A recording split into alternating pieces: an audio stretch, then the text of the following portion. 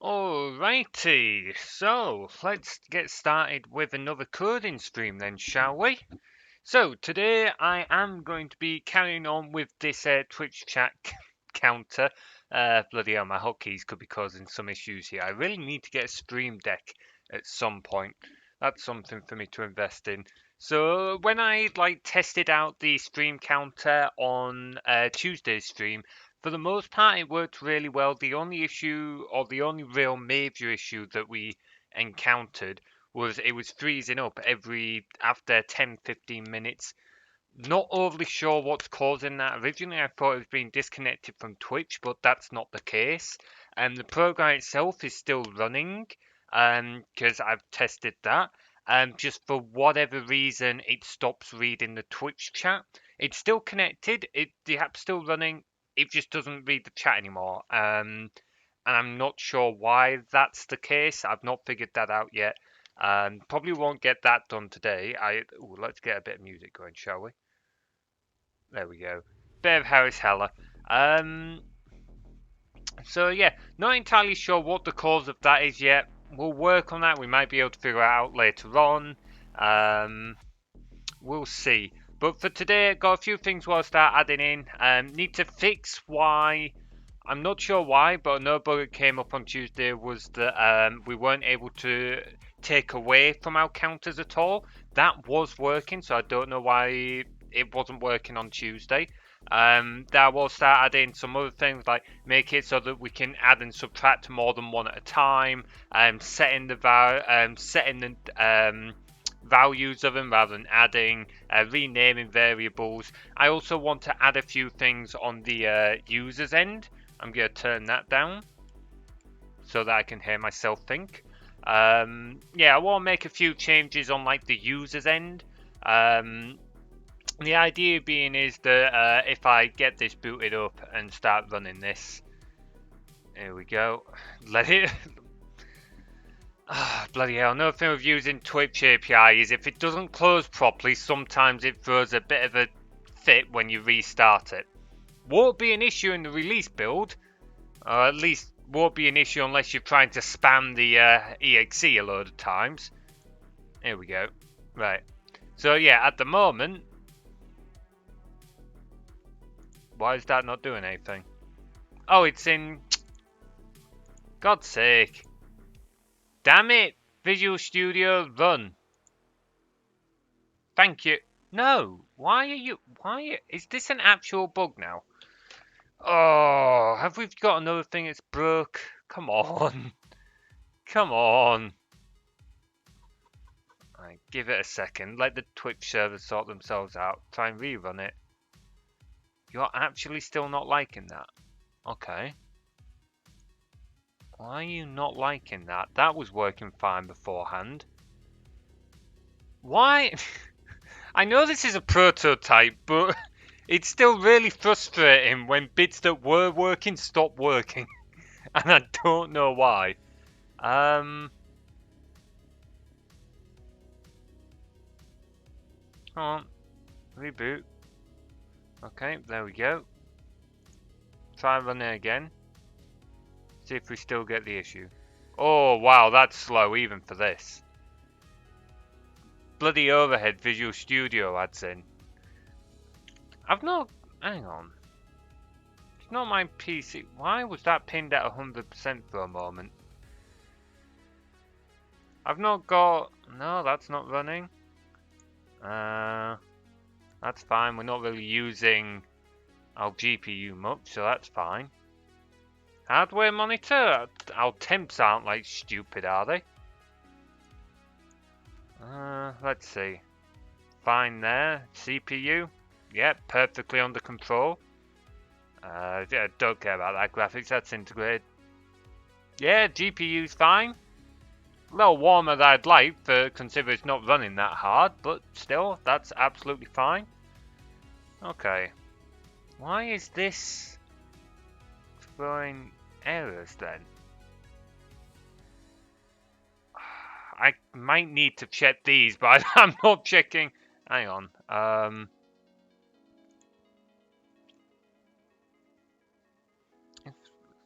If response, why are you no longer working? If I try and run,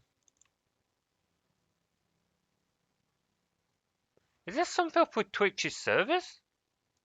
If there's something up with Twitch's servers right now, that's gonna like really that's gonna really bugger up the plans for this stream. Why is that throwing errors? That was working fine, and I've not made any changes. I've not made any changes to this. Oh, hang on. Clear that.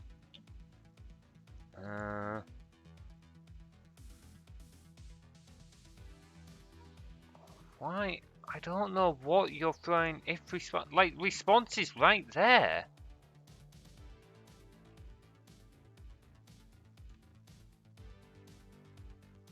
Okay, yeah.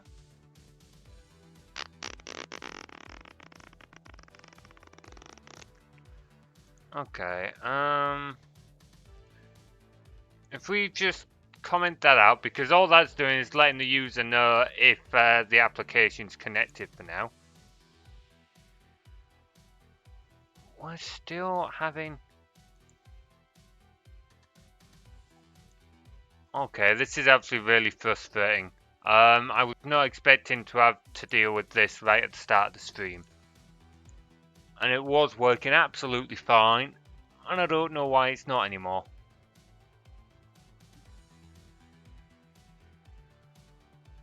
Why is it not?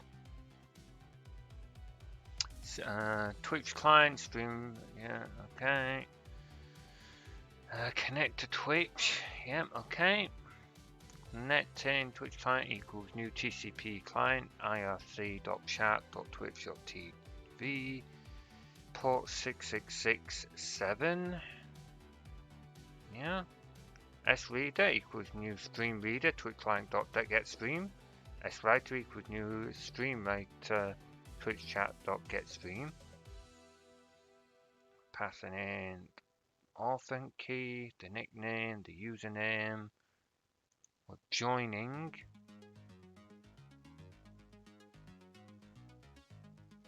Okay. Which the sWriter is working there, so I don't know why it's not working there, but that's a different issue right now.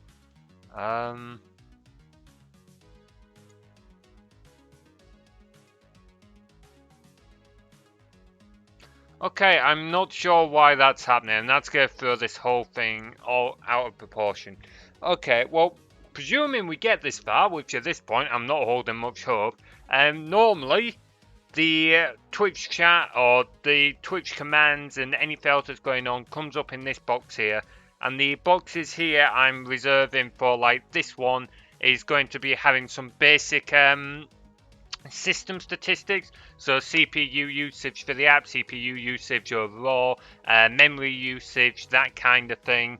I can't get it to show graphics card usage at the moment, because I'll be using my debugging library for it, and that doesn't actually show GPU at the moment, mainly because the library is a C# library, and when I looked into how you'd get like statistics for a graphics card in C#, you can't actually do it. You've got to do it in like C or C++ and then make a wrapper for it in C# and run it that way, and frankly, while I was writing this library, I could not be asked to do that. I just could not be bothered to go that far into it at the time. I was only trying to make a basic little thing to help me out. Right. I don't get why... Why is this being an issue? Object reference is not set to... I mean, you've got the object reference. Read line. Are we just not... Are we not connecting to Twitch client?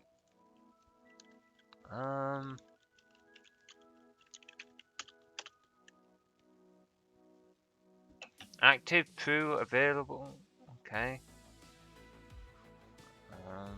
Connected. Receive buffer size. Oh, I wonder if it's this buffer we're filling up and that... it won't be our current issue, but the issue when it stops reading the commands. I wonder if that's what we were having issues with. That's something to bear in mind for later on when I come to look at that error again, or that bug again.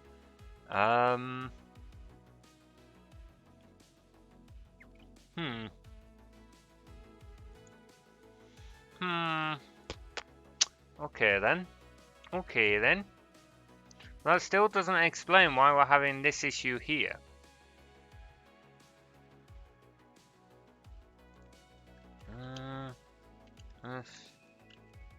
Reader dot read line null. So that's returning null. What? What's sReader is being defined? Yeah, system.io.streamreader. So why is that returning null? Is it just not hearing back from Twitch?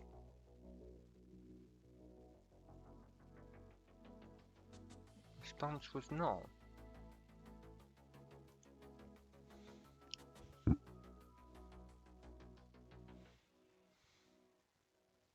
Oh wait,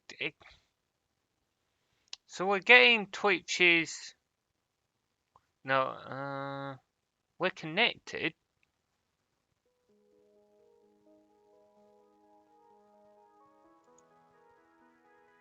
Are we just not, I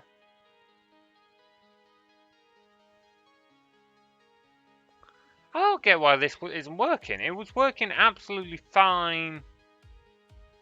Oh, let me get up my... Oh, I forgot to plug in my hard drive with my other projects in. Hang on, give me a moment. Right. Unplug the Vive. Is it? Which one of these is it? I have too many plugs around here. That's not it. Pretty sure it's this one. No.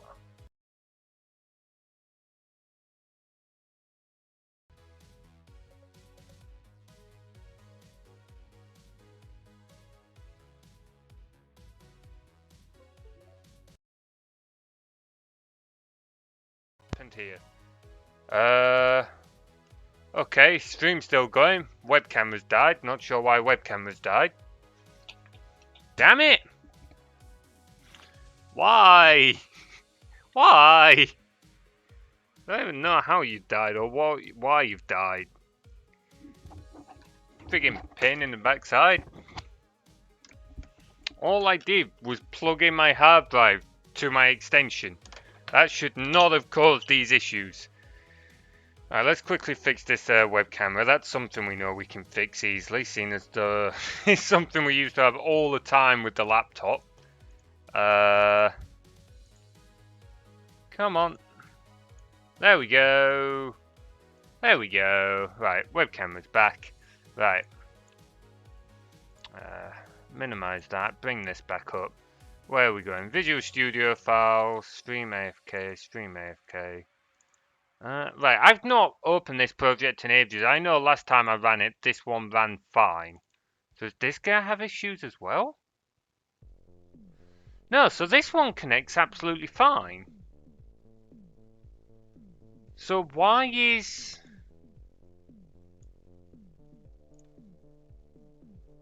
Why is this one struggling to... Oh, bloody hell. Because I had two projects running at once. Why is Visual Studio acting all funky? Hang on. Okay. Let's bring up the... Where was it? Where's the Twitch class for this one? Here it is. Let's take a look at this.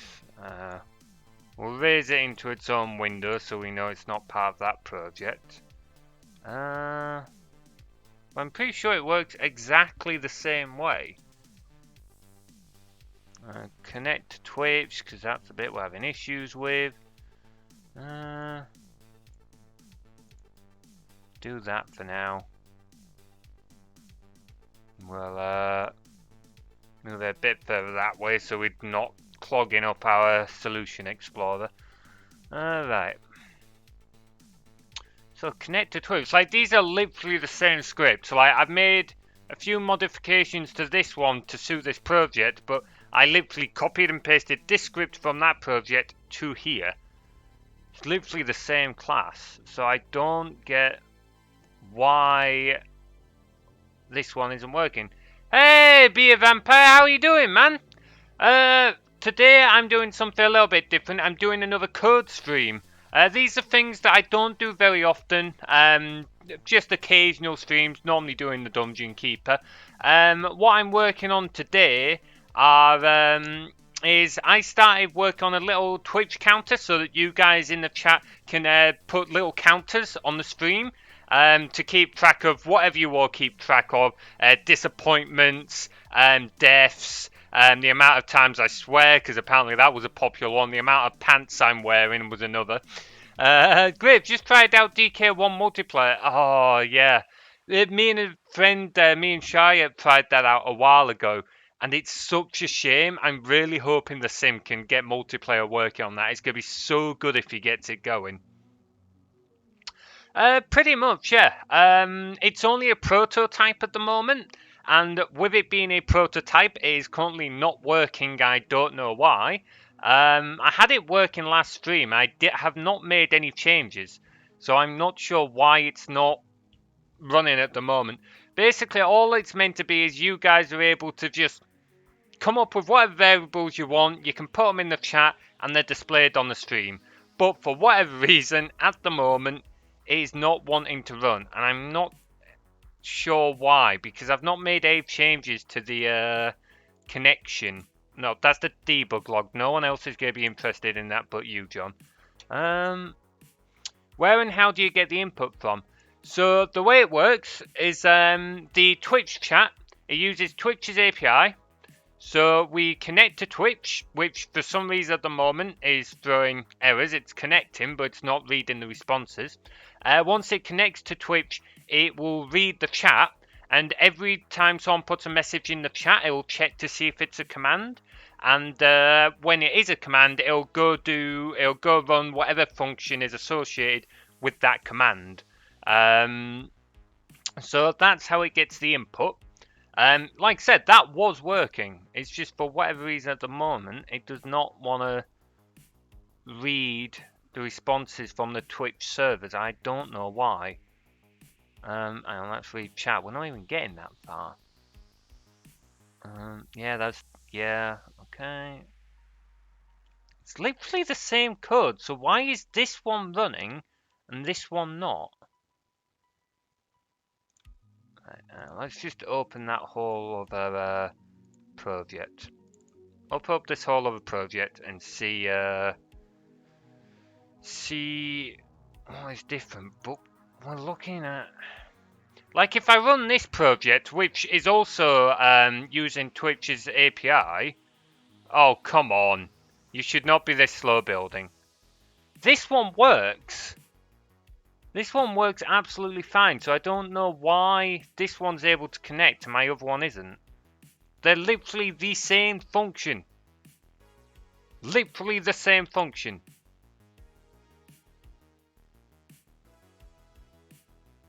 What is...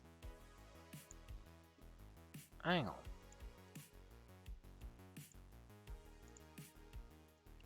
I don't understand what the issue is here. Like...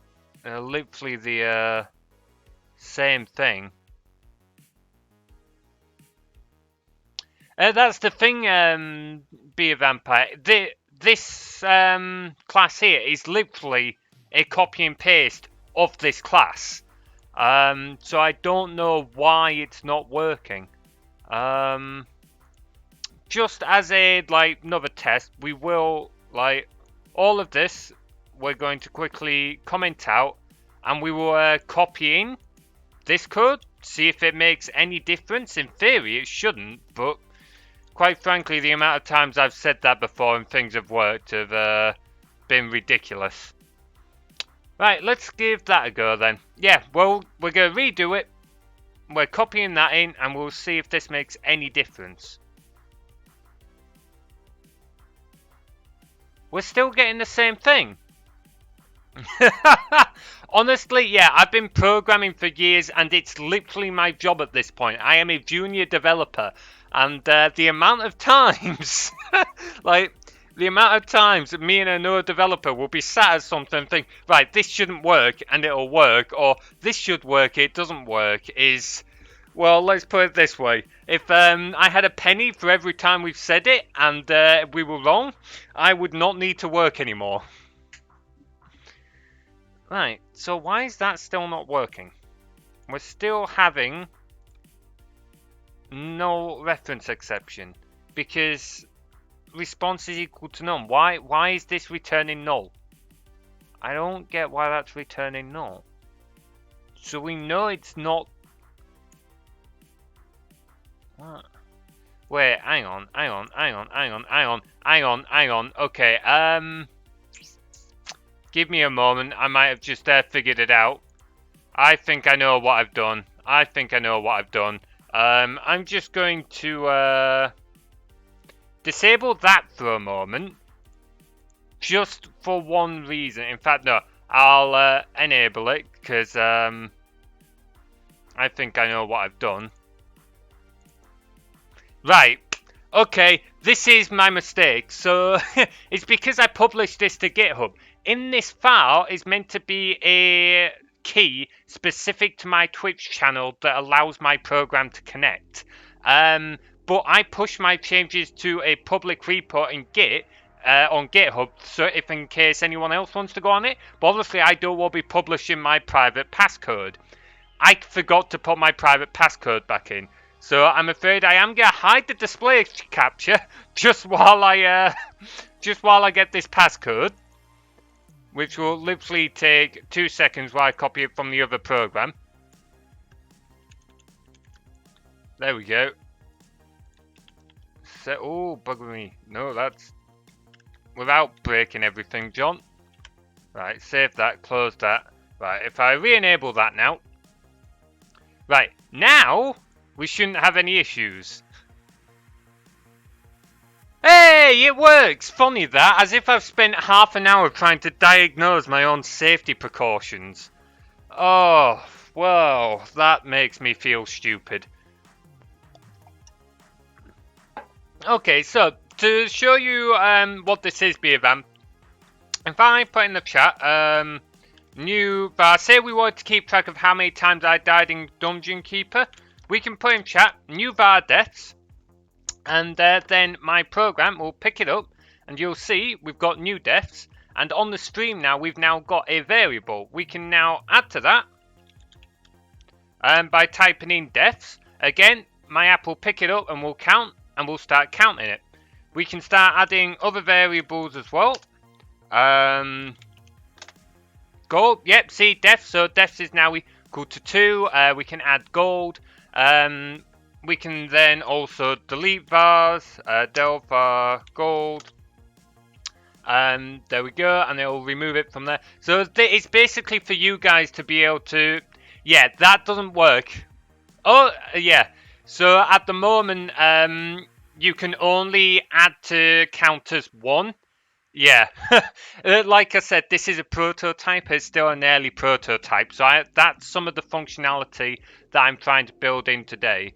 If you want to see the commands that you can use at the moment, there is a link to the repo on GitHub. You will see a text file that's got the commands in there at the moment. Right, so if we close that, we'll quickly just quickly clear that out. just so that it's not still up on the stream. Yeah, so it's got very limited functionality at the moment. That's some of the things that I want to work on today. Got a few things will start setting in. We do also have a weird bug that I need to fix. For some reason, after about 15 minutes, it stops reading the chat. It's still connected to Twitch. My program's still running. It just stops reading the chat, and I don't know why. So that's another thing I need to fix. Either way, right now, let's first thing I will do is you can add to the counts 1, but you can't remove from them. For some reason, this part isn't working. So let's take a quick gander at this. Yeah, it's all in C#, this one. Right, so... Ooh. New var deaths. Okay, so deaths adds to that. So let's double check how all this is running. So we're going to process input. We're passing the command and the user. We're not using the username just yet, but that's something we'll be using later on when I come to start building. I will add moderator commands to this. Yeah, you can add stuff like that. You can add whatever you want, be a vampire. You can have up to 15 variables. The program, I could set it to take more than 15, but I've limited it at 15 for now. For the simple reason of they're displayed on the console for like the streamer, and I only had space for 15 boxes. That's literally the only reason why it's limited to 15. Okay, so we're checking. Byte command is message command. We'll pass it message. We're running through all the variables to see if any of them are the command. Yeah. New var equals that. If it contains del var equals that. For each command in commands. Okay. Oh, okay. I see why our minus command isn't working. I thought I fixed this. I must have completely forgot that I, okay.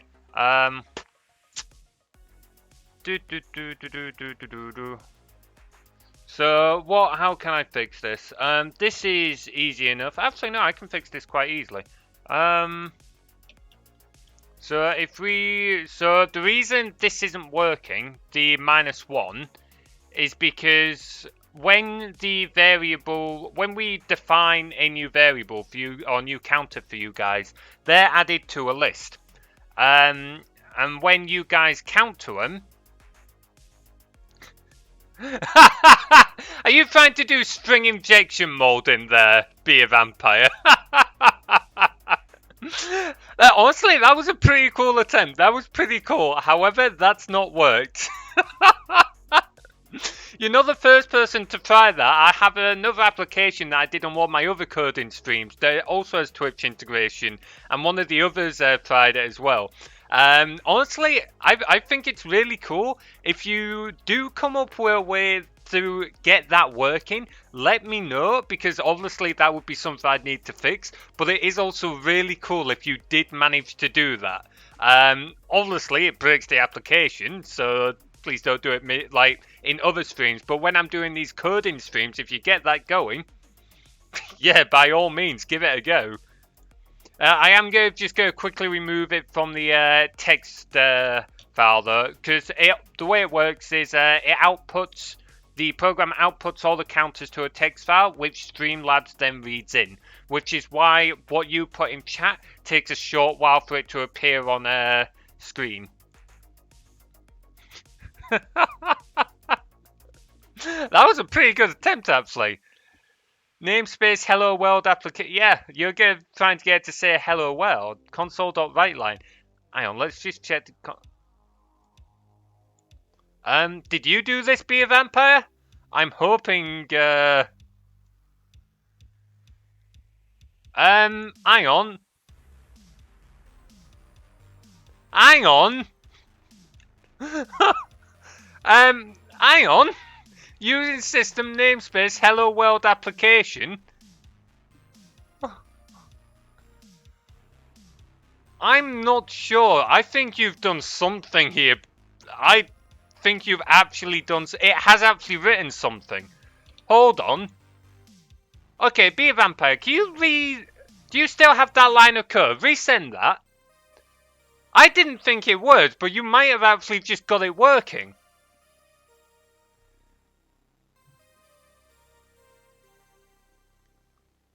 How did... What part of that actually got it going?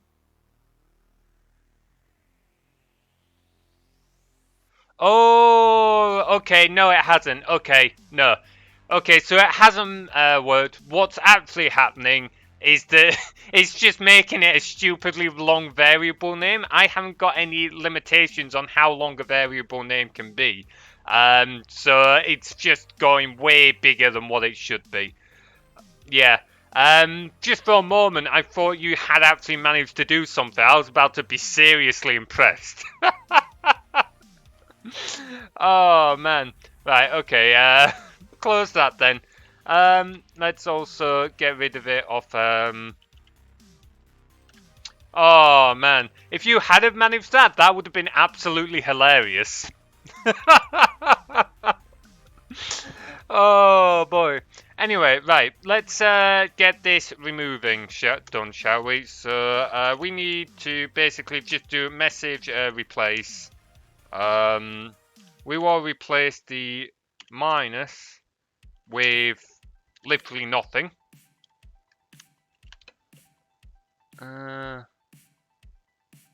Empty character. Yeah, I want it to be an empty character. Can you... Come on, C#. Can you not handle... What? Don't switch Discord. No. Right. No, not what I want to do. Streamlabs, back up. Quick jump to C#. I'm sure we can do a string replace empty, can't we? Empty char. Oh, wait, can I just do string remove? I think I can just do string remove, can't I? That would probably be better. String remove.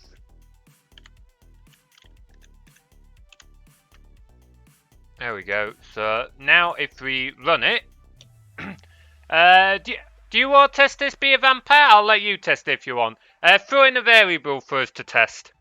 What we're testing here is beforehand or on Tuesday's stream, you couldn't remove from counters. That was broken. So hopefully now you can add one to counters and you can remove one from counters. Once that's done, I'll change it.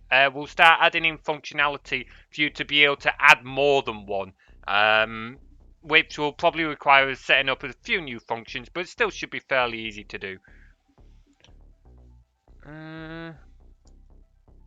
Oh, that might be really long. I'm going to have to put in some string limitation. Oh, hang on.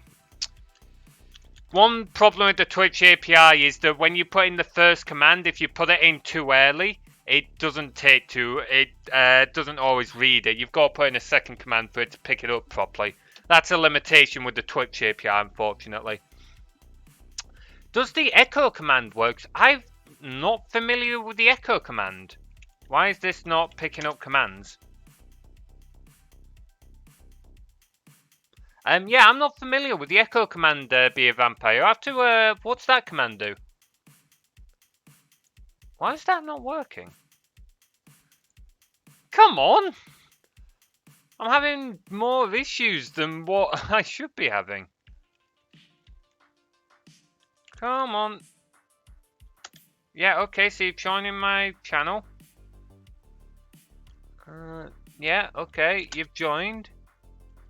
I only have basic knowledge about Bash and Python. Yeah, that's fair enough, man. I've used a little bit of Python, but I'm not very familiar with it. I've only ever used Bash like once, and it was years ago, so I don't really know anything about it. Oh, okay. As in, just say something. So that would be like to output to... Is it like output to a console equivalent, I imagine? That's not how you do it in C#. In C#, it's console.write or console.writeline. would be the way to output that. As far as I know, echo is not a command for C#. Why is it not reading the chat now? Have I completely busted it? I might have completely busted it. Did that line of code completely bust it? I think that line of code completely busted it. Oh, bugger off. That's just because you didn't... Right, give it a second to close. Now reboot it. There we go. Okay, try that again, Be a Vampire. Try it now. I think my quick fix actually ended up being a quick bug. So, come on, you go pick it up. Come on. Okay, yep, there we go. Yeah, unfortunately, Be a Vampire, there is quite a delay between you putting it in. Not a whole lot I can really do about that, because like it's basically how far behind the stream you are in the chat, and then your command has to be come through to here. And processing is like split seconds, but then it's got to go to a text file, and Streamlabs needs a couple of seconds to read that text file and output it before it actually goes to the stream to actually be streamed. So there is a bit of a delay. Not a lot I can really do about it. It's just the nature of the application. So that's working. So apparently my quick fix buggered it. Okay.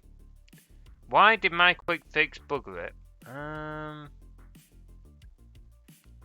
I've forgotten where it is now. No, wrong one. I'm over here.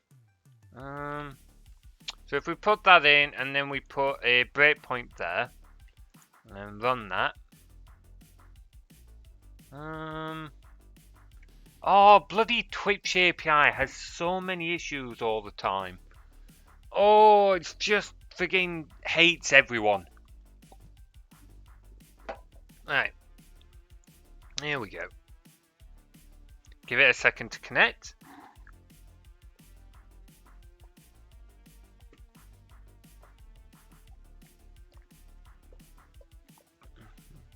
There we go. Right, okay.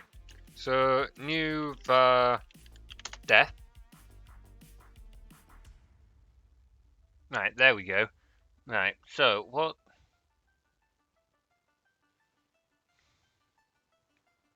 Okay. So, okay, I'm not quite sure what happened there. Either way, that is not flying. I don't know why that's not flying. So basically, death.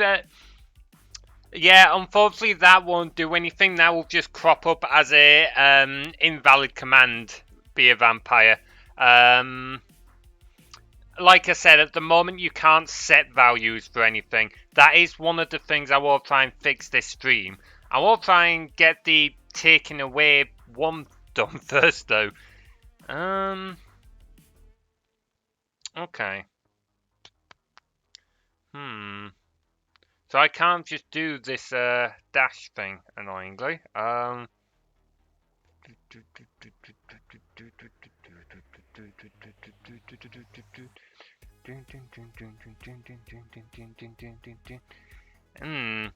Okay, because the way it works is it basically cycles through the list of variables we've got and is looking for an exact copy of the name of the variable for what to put in chat. If you put a dash in that name to mean like to signify taking away, that actually buggers it up because then the string from the chat is no longer an exactly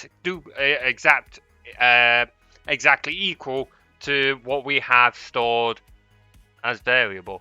Oh, I know why. I am an idiot. Remove. Let's try that. It's not the symbol itself, be a vampire. It doesn't matter whether it's dash or /. It's just the fact that it's another character in the string. So when it's using the death variable as an example, the command that it takes from the chat is !death, and so it's looking for a variable with the exact same name of death. If it has any other character in there, whether it's a letter, a number, a symbol like / or anything, it no longer is exactly equal to death. But what we're doing now is we're removing that dash just temporarily while we're checking for the name. So now hopefully, at least this is the idea, if we put a new var in and we make it equal to 1, is that picking things up? Or is that buggered again? I don't understand why that's buggering it.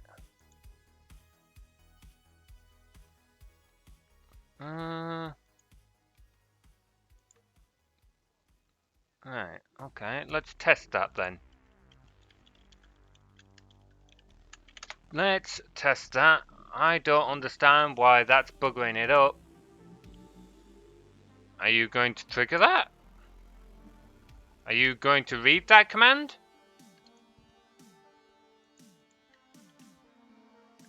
There we go, we got there in the end. That was slow. So that should be... What? There's no code to show because all the friends... What? What do you mean we're running external code? There was plenty of internal code for you to run. Friggin' pain in the backside, asshole. You probably go... You know what? Here you go, Be a Vampire. I'll leave it running for a few minutes. Try and put in whatever code you want while I try and figure out what's going on here. I'll give you a second. I'll give you a minute or so to try and break it as much as you can. This should be pretty fun to see. In fact, hang on. Before you do that, actually, because I've just realised that it's still slightly buggered, and I have breakpoints in there. Alright, now do it. Here you go. Helps if I take the breakpoints out. Okay, yeah. Trying to create a loop. Yeah, feel free. See if you can make a loop. I don't think you'll be able to because it sees it all as one big string. So you need to be able to get it to stop seeing it as a string. I suppose one possible way you could do that is if you were to use a backslash. I wonder. Like, if you were to use a because in C#, a backslash a string is a escape character. So you can use a backslash, and then a backslash means ignore this next letter in the string. This means something. So I don't know if you'd be able to use that for anything. Possibly. You'd have to, like I said, feel free to give it a go. I don't think it'll work, but feel free to give it a damn good shot.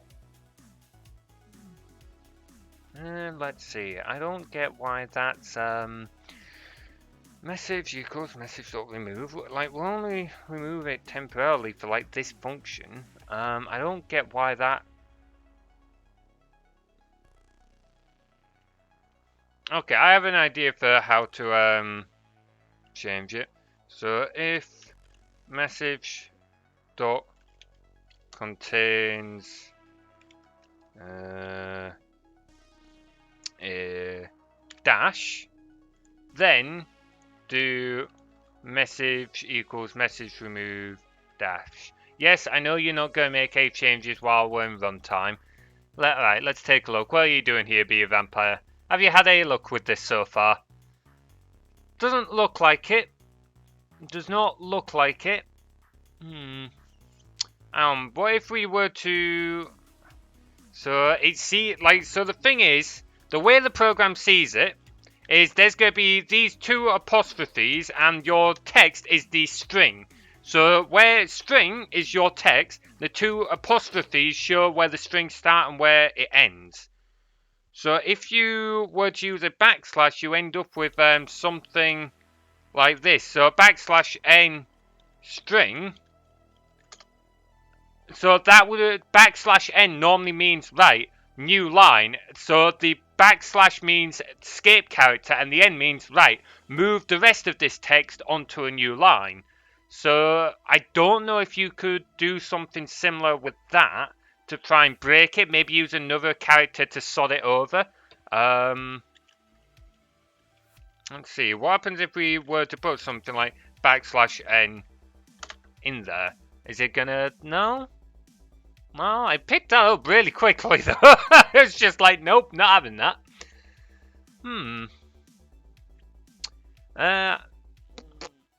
It doesn't look like it's doing much, does it? Yeah, I didn't think... Like I said, I don't think there's anything you can do to break it, like in terms of string injection. But I could very easily be wrong. Look, I know Will and some of the others tried it in my other coding stream. But mate, it's possible there might be a way to do it. But as far as I know, you shouldn't be able to. Certainly, it'd be really cool if you did. The thing is, if you did manage it, I'd be of two minds. One would be like, oh, sick, that's really cool. And the other one would be, oh, fuck me, now I've got to put in security measures to stop this.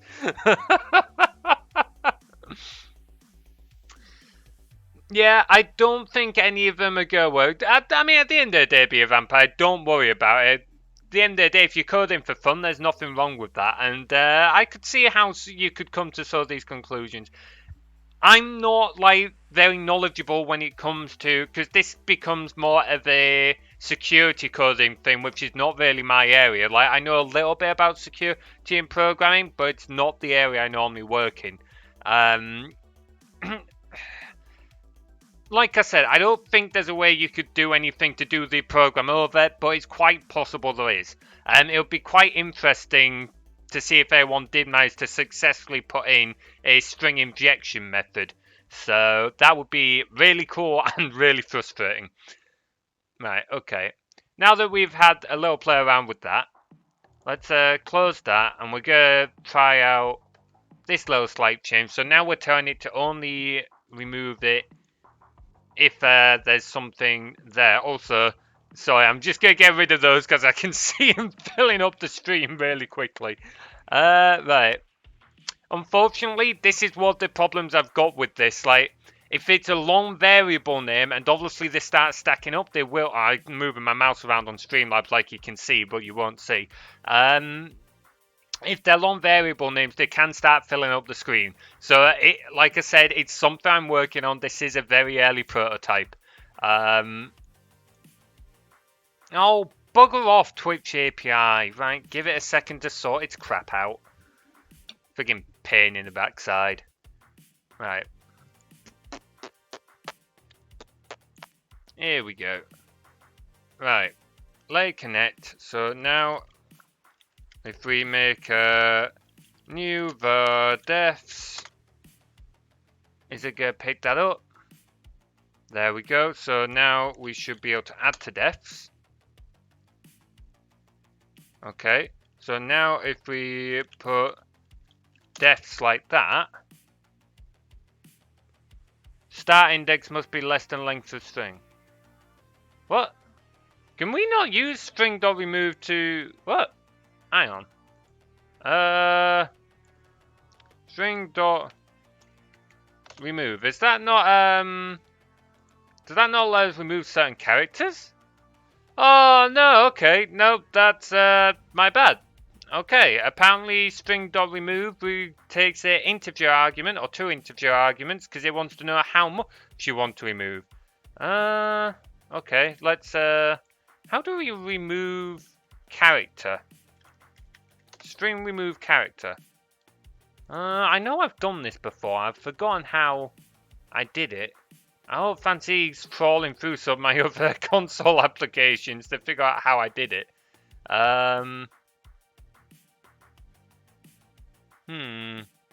Going through all these, that's not any good. Remove characters from C# string. Okay, so yeah, it's the replace method. We tried that earlier and we had no dice with that. Hang on, let's try it again. Hang on, message equals message dot replace So replace dash with nothing. Are you going to accept that?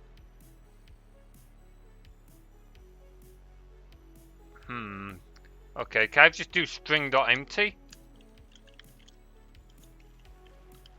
There we go. Oh, what? Why will you not take that? Oh, because it's a character. Oh. Hang on. Can I just, can I convert it to that? I don't suppose it'll take that. Yeah, okay, sweet. Sweet. Okay, right, let's give it another go. Let's give it another go.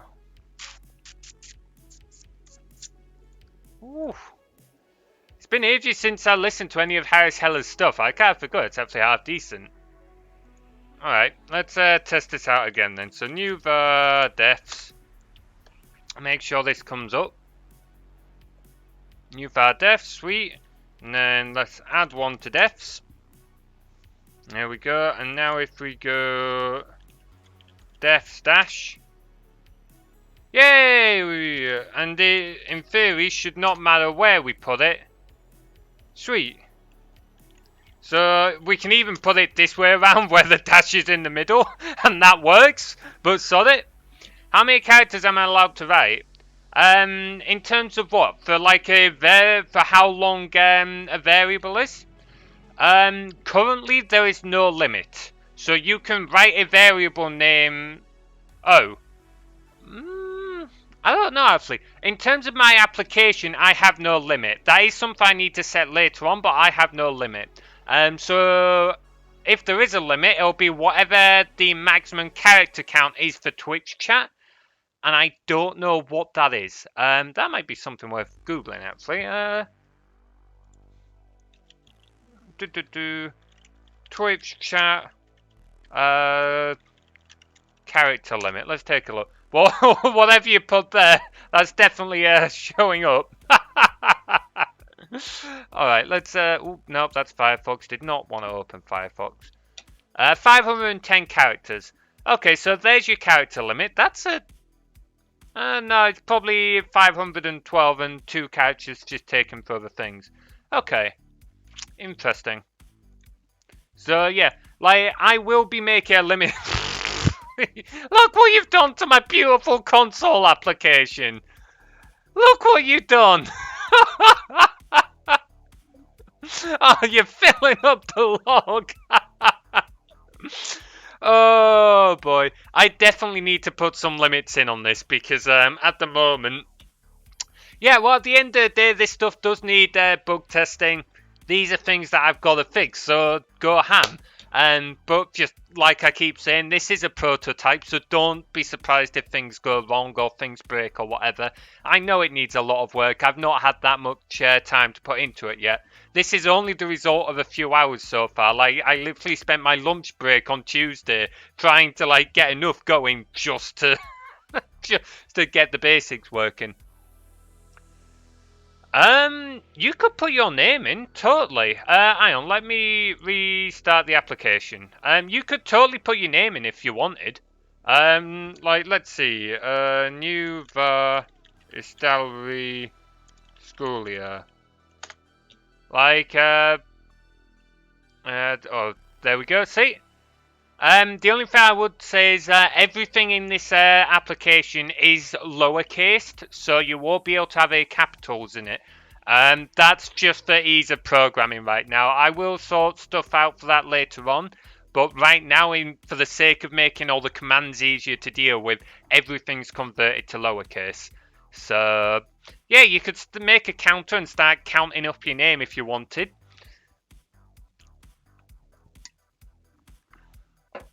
Oh, alright, okay, right. Let's close that. So we know that the minus now works. Let's start looking at adding in some of the other things we wanted to do. So renaming variables was one that has come up a bit. So that's actually a pretty good one.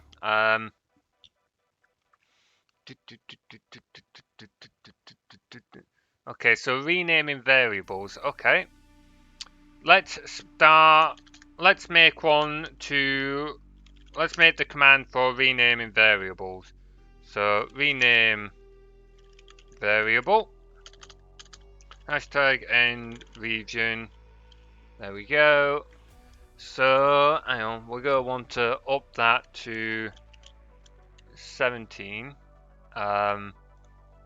So else if I don't like how this is just turning into one long list of ifs.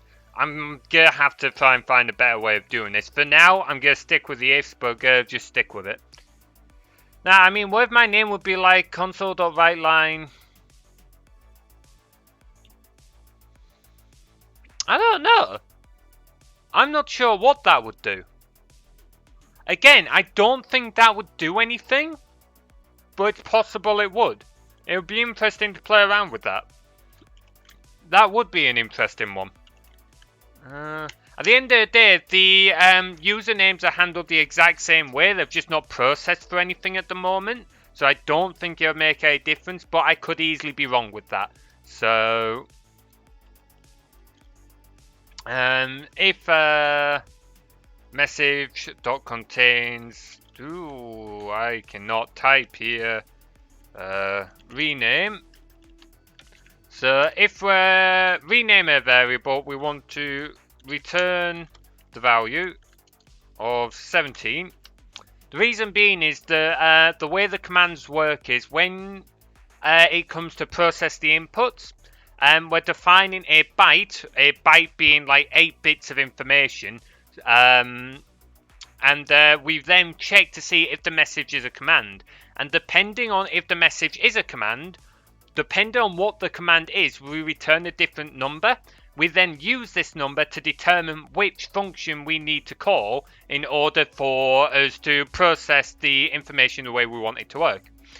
Too much effort to... Yeah, that's fair, be a vampire. I know that's one I couldn't be bothered to do. Hey, HC Jord, how you doing, man? Been a while? But when I want to feel like I'm at work, but I'm not at work. Yeah, no, I'm just... You know what? I just like hurting myself at this point. I cry about the pain I go through with developing at work, being a junior developer, and then I spend my weekend streaming code. So I don't know why I do this to myself. I just seem to enjoy hurting myself. That's the only conclusion I can give you. Right, so if the message contains rename, that'll be the command for if we will rename a variable. We will want to call the rename variable function. So did I set a standard for what I was calling these function names? New variable, delete variable, and so I need that. No, that doesn't want to be public actually. Static void rename variable, and we are passing it. I think it's only going to need the... Yeah, it's only going to need the message. Yeah, we're only going to need the message. So rename variable string message. Yeah, learn to type. Message. Right, here we go. Right. Why do you not like that? Okay. So here... I don't need that bit of code. We want this one because I need to...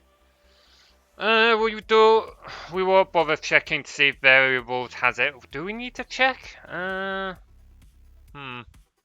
on. Hang on.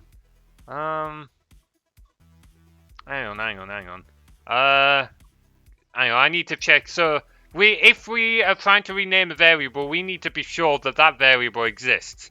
But we're not going to process that. We won't process that yet. So hang on. Yeah. Okay. We won't process that yet. So the first thing we need to do when we rename the variable is we need to get the name of the variable we want to rename.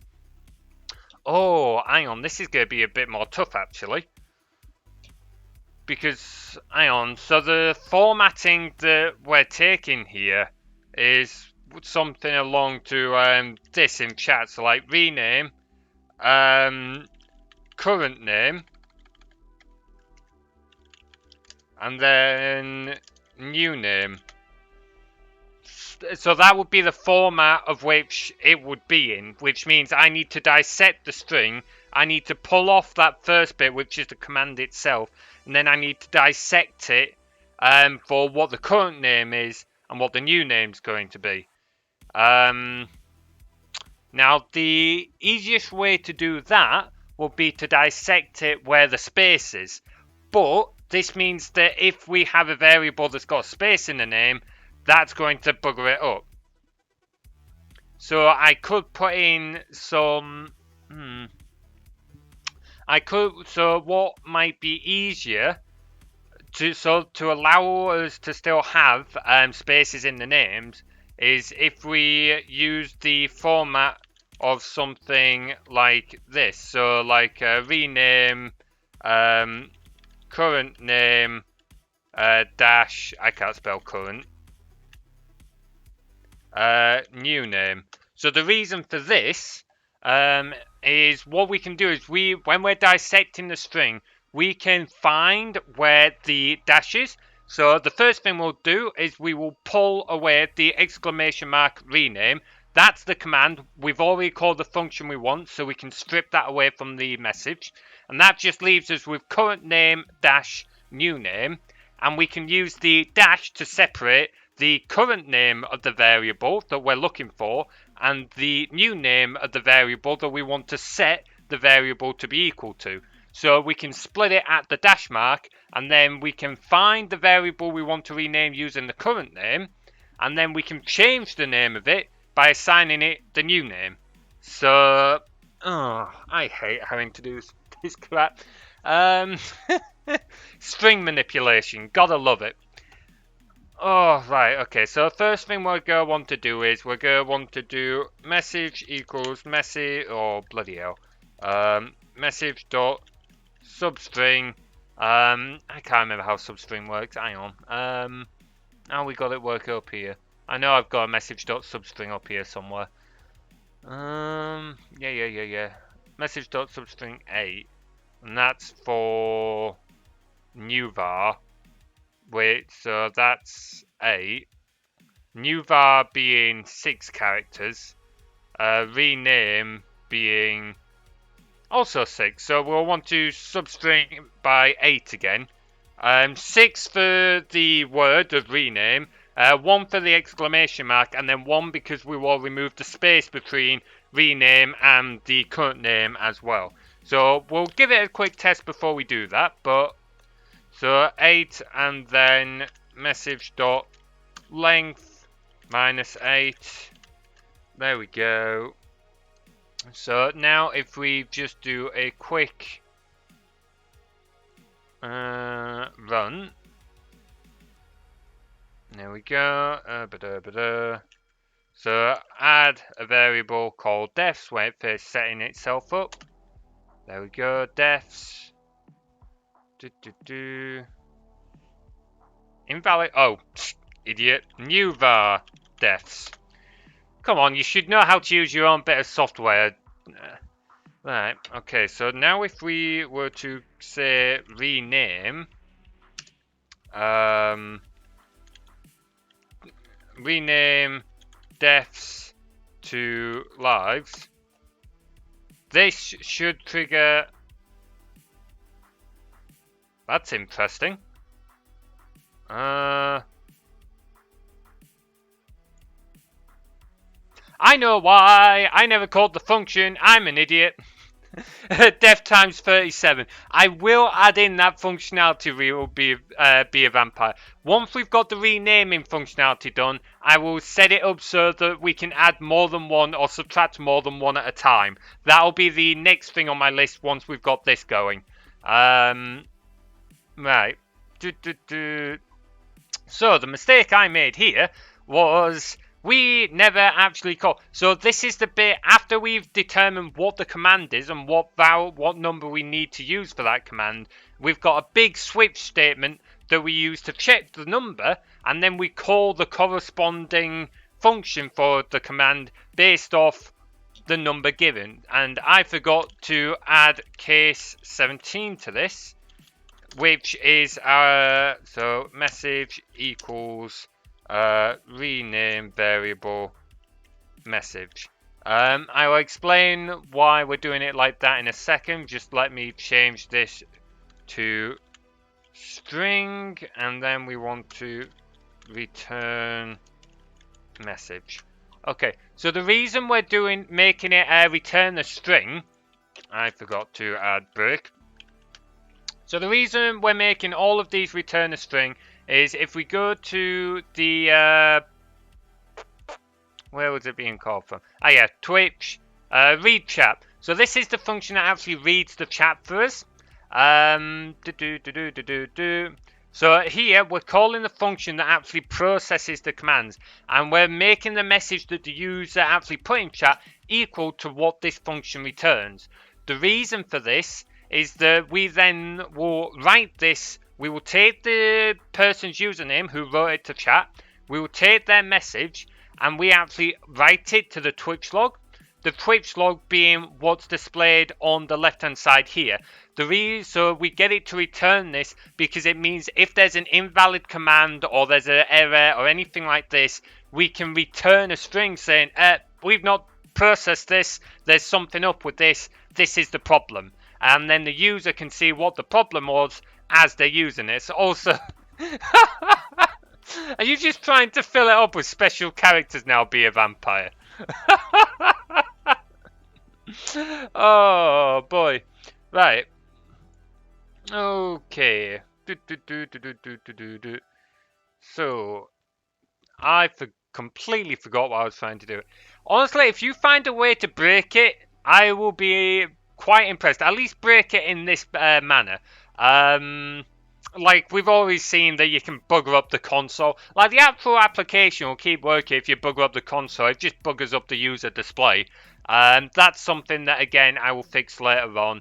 I am planning on making limitations for how long the variable names can be, and I might add in something to stop special characters.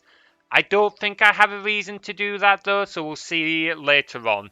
We might be able to get away with not needing that. Right, okay, so... Yeah, it looks fine. I reckon we should be able to leave special characters in. So... Oh, wait. Forgot to test it. So now we can actually test if that rename is going to show what we want it to do. So new defs rename defs lives. So that should now print just like defs-lives. Oh wait, no, we put a breakpoint in. I forgot, we put in a breakpoint, didn't we? Clear that. And now what is message equal to? Defs-lives. Okay, perfect. That's exactly what we were looking for.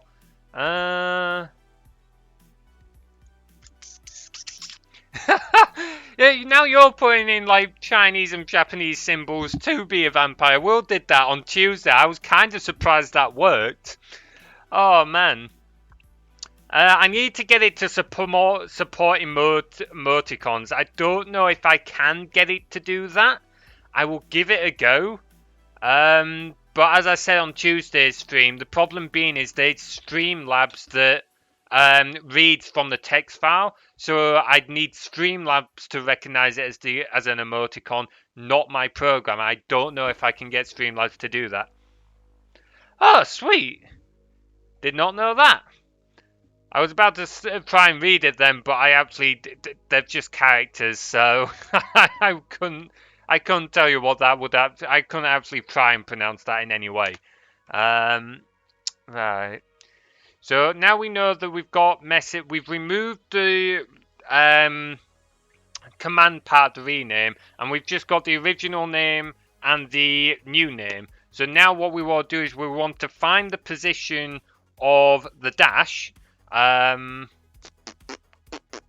I know one way off the top of my head of doing this, but it's a bit of a pain because it involves converting the string to a character array and then running through it. I'm pretty sure there's an easier way of doing it. We're looking for a character at a certain index. C# string find character index. So what we're basically going to be trying to do... Ooh, index of. Actually, that rings a bell. What we're going to want to do is we're using the dash to separate off the two names, and we will find the index of where in the string that dash is sitting. So... reports the zero-based index of the first account of a specified string. The search starts at a specified character position. Examine the... Okay. So we want... So that it would be message.index. So we would have integer equals message.index of dash 0 message.length. Okay then. That is easy enough. We can work with that. So int index, not comma, equals message dot I've got substring in my head. No, index of. Sweet. It read our minds. We want the index of dash. We want you to start at position 0, and we want you to run through the entire string. There we go. There we go. So now that we've got that index, we can use that index to take a substring and take the two names of what we've got. So we can go string current name equals message.substring. So the current name is the first name we're putting in, so we want it to start at 0, and then we want it to run up until the index. So that would be, I think it would be message.length minus index. So message.length minus index. There we go. I did not capitalize that. If I was truly camel casing, you wouldn't capitalize on the first one, but sorry. It's how I do it. It's terrible, I know, but still. It's my own me program, I don't need to worry about it. And then we want string new name equals message dot substring. Oh, it's telling me I didn't need those brackets. I thought I needed to use them. Right. So now we're going to want it to start at the index, or it might be index plus 1, because we don't want it to include the dash in the new name. So index plus 1, and then we want it to run throughout message.length minus index plus 1. Okay, so now if we put a breakpoint there, oh no, not breakpoint there, breakpoint there, and now we run, we can test this out. Oh, that's not what I wanted to do. So let's start by new var defs. Okay, when that picks it up, there we go, we got defs. So now if we go rename defs dash lives. Okay, so we've hit our break. Sorry, I put a breakpoint in. I'll let you try that as set be a vampire. Okay, so now if we do... Oh, that's not what I wanted to do at all. Clear immediate window. So we want current name. Deaths, sweet, that's just what we want. And then new name. Lives, perfect. Perfect. Alright, here you go, be a vampire. Give it a second to connect. In fact, by the time you see this, you should be able to put it in chat, actually, because it should have sorted itself out. Oh, I'll let you have a quick play around with that. You might need to put that one in again, actually. Let's just check that it's getting that first one. Alright, try from now, be a vampire. Question marks. Yeah, unfortunately, using emoticons, it just doesn't quite see it. Like you can see on the stream, it just doesn't quite understand what they are. Like, technically, it still works, you're just not going to see anything. It sucks. Yep, you broke it. Oh. I mean, we can have far more variables than that. Like I said, we can have up to 15, and it will fill up the screen a little bit, but it works. So close that. Right. So now we know that we've got current name and new name. We can use these to. So we're going to want to find where in our list of tuples the current name is sitting. Once we have that, we can re-change the name of it. So right. So in order to do this, we're going to want a for loop. Okay. Could we use for each? We could use a for each actually. Int pos equals 0 so that we have an integer to keep track of the positioning. Because we also don't want it local to for loop is the thing. Right. Give me a second. How are we going to do this actually? Yeah, we'll use a for each. For each tuple. Was it string int? Yeah, string int. String int var in variables. I don't think I did miss a thing there, Lubix. How you doing anyway? It's good to see you, man. For each tuple, if oh, you're trying to psych me out there. Don't, man. We've been having enough issues with this. Hey, that's good to hear. Yeah, we'll just slowly crack on with this one. I'm not going to be doing loads of coding streams. I know not as many people are interested in them, but I figured doing the odd coding stream to show where things like this are sitting just kind of helps keep people up to date. I'll be back at Dungeon Keeper on Tuesday, so. But for today, I am coding because I hate myself, and as if coding for a job for 5 days a week isn't bad enough. Okay, so we will go if var dot, we will check item 1 because that's what we already got it. So var dot item 1 because that's what the string is equal to current name. Then we want to break because we found the position of where it is. Break. No, I didn't want you to. Else. Come on. There we go. Else. We will do pos plus. Hang on, we can just do plus. Right, there we go. So what we're doing here is we're going through all the variables in our list. We've got the position of the first variable. We're checking if the name we've got from the command is equal to the name of the variable we're currently looking at. If it is, we're breaking from the for loop because we found the one we're not. If we're not, we're adding +1 to position before going on and checking the next variable. Once we've found the one that we want, we can then go, we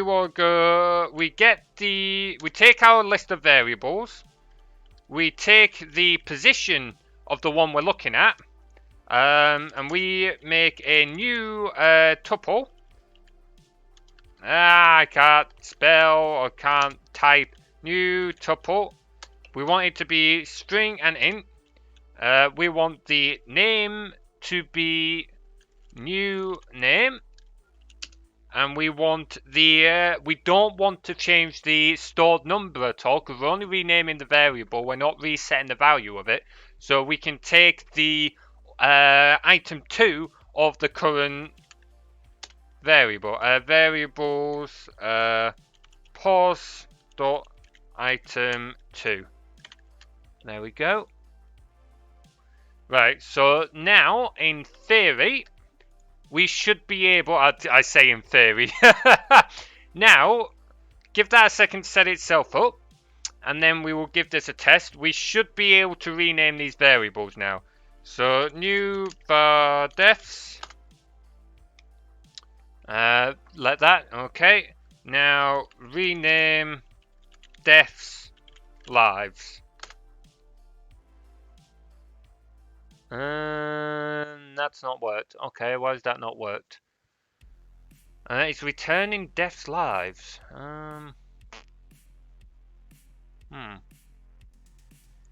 Okay. Oh, hang on. Right. Okay. So a few things I do will change. Yeah. Actually. String command, because we will leave message as it is unless we need to like change, unless we're having an error. Change that to command. Okay. For each I'm not sure why that didn't work. Hang on, let's try that again so I can see what the output's becoming. New for defs, and we'll add one to it just so we can make sure the counter's not resetting. Come on, add one. I can't type! I took two. Okay, sure, take two. In fact, no, just to prove that like I have got something accomplished this stream, we're gonna take one away because at least that now works. Right. Okay, so exclamation mark rename defs dash lives.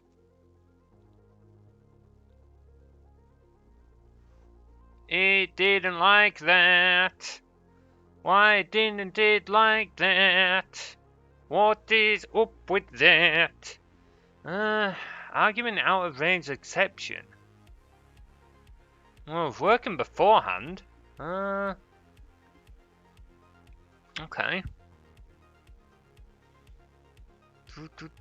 I know why. I forgot to change that to command. So it's checking the longer message for the length, not the shorter one.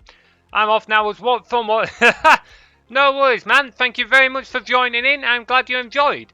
Like I said, I'm not going to be doing loads of coding streams. They're just the odd one-off so people can see how stuff like this is going. I'll be back to Dungeon Keeper on Tuesday. And hopefully I'll have this working a little bit better than it is now by then, so that you guys can play around with it a little bit more. Anyway, take care of yourself, man.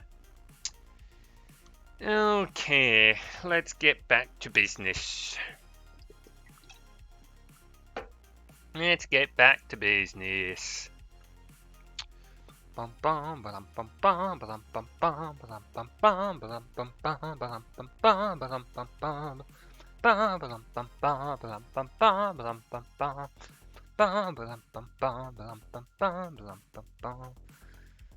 let's try it now. Now it shouldn't throw any errors at the very least. New var defs, and then new var. Yeah, that doesn't break it. For a moment, I thought you might have found a way to break it, but thankfully, no, that doesn't break it. I'm kind of thankful for that, because we've already found a few things that I've got to fix. Like I said, this is a prototype, but I kind of forgot just how much I'm going to have to sort out. Oh, boy. Nothing's ever easy, is it? Right, so now let's try the rename, see if that works. Because as far as I know, it should work. Defs dash lives.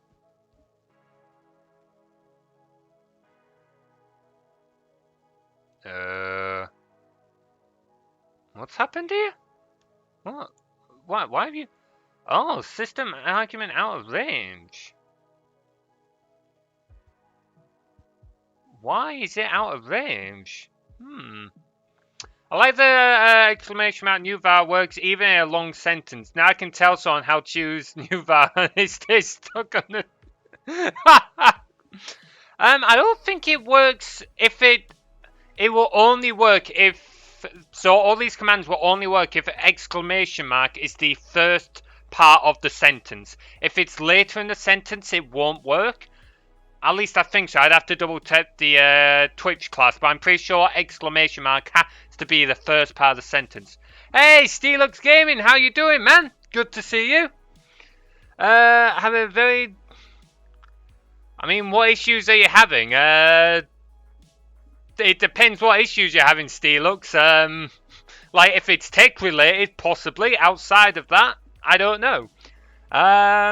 New Fireworks, email a long sentence. Hang on. It's currently paused. Let me run this. Okay, give it a second, Lubinx, and then repaste in chat what you've just sent, because I am curious what that's going to do. I think that will just make a big variable starting with works even in a long chat. Come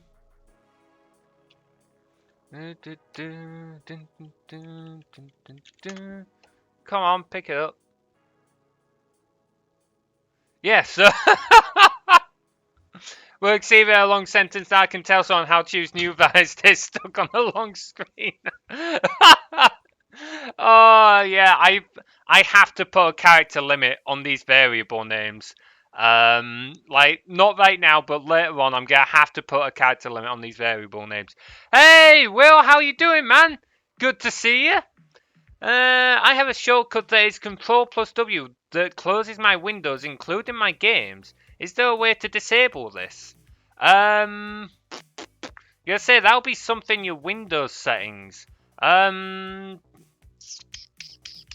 can't remember off the top of my head how you change that. But if you a quick Google should be able to do that. It might be if you change keyboard layout, like Will says, that might fix it. New vow, the sky is the limit. Dvorak. Whoa, hang on. What's Dvorak, Will? What are you trying to tell this poor guy to do? I feel like that's a bit of a troll there.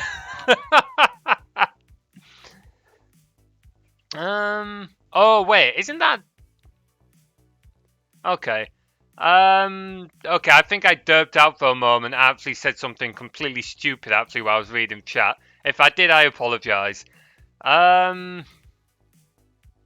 Kappas were for, okay. Is a keyboard layout where you cannot type typewriter with the top... Okay, that's just horrible. Also, Lubinix, that's not a valid command.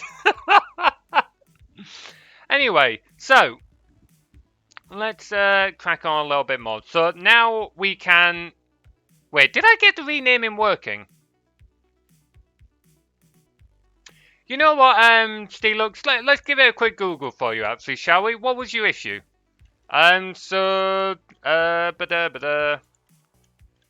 Control plus W, closing apps. We'll close the selected tab as currently only one tab is left.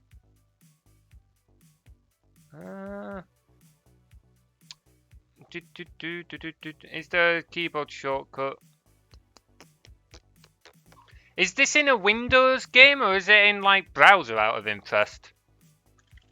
I presume you're running Windows 10. Okay. I'm not sure why that's doing that. Okay, I've changed default shortcut. I've never encountered this, so I don't know why this would be a thing.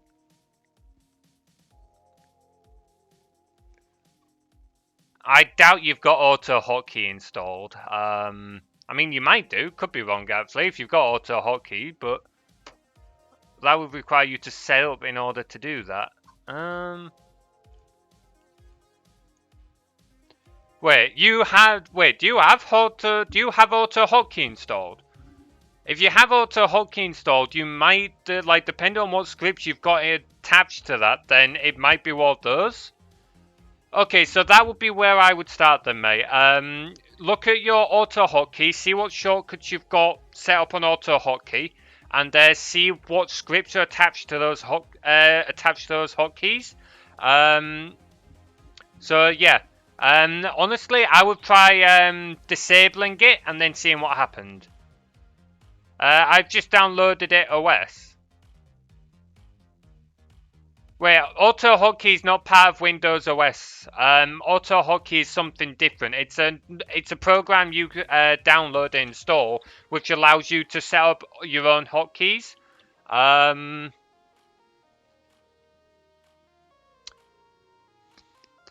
If you've got auto hotkey, I would double check for your auto hotkey, see how that works. I've just downloaded it to change.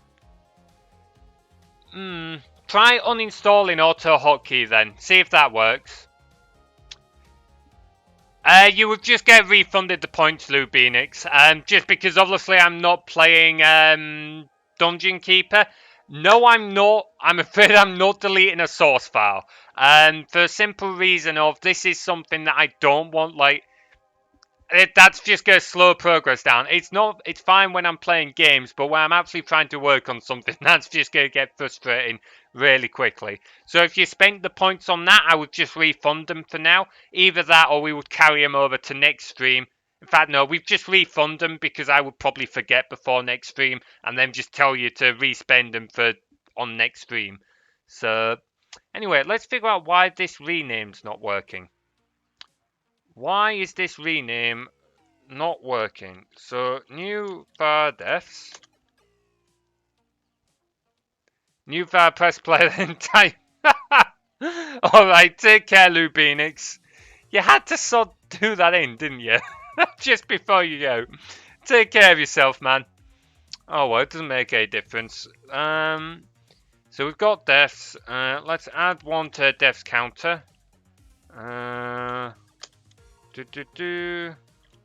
Make sure all that's still working so we can add one, we can take one. Sweet. Lubinix is still adding variables. Let's see. So now if we do rename, oh, I can't spell rename. Rename defs-lives. Okay, so that's, I don't know why that's throwing. So our for loop is throwing. What's pos equal to? Wait, how is pos equal to 4? What?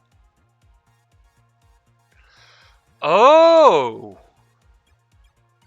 Hold on. When we do a for each with a tuple list, is that checking each item, not each tuple? I think it's checking each. Damn. Okay. Well, that's a problem. I did not expect that. Don't need to. Well, I can see what the values are down here. Like pos is equal to 4, so it's to explain how the for loop's working. It's going through each tuple and it's checking the first item of the tuple to see if it's the name we're looking for. And if it's not, it's adding 1. But even though the one we're looking for... Wait, hang on. Was it the first? Yeah, it was the first. How did it get 4? Maybe we do need a debug message. Hey, Steelux Gaming, thank you very much for the follow, man. I hope you get your keyboard sorted out. If you're still having issues, jump in my Discord. I will try and help you later on. And we'll see if together if we can figure it out for you. If you're still having issues later on, just let me know, man. Okay. Maybe we do need a debug message. Alright, so I'm going to go AFK for a moment because I'm coding. I need another cup of tea. I'm not sure what's going on.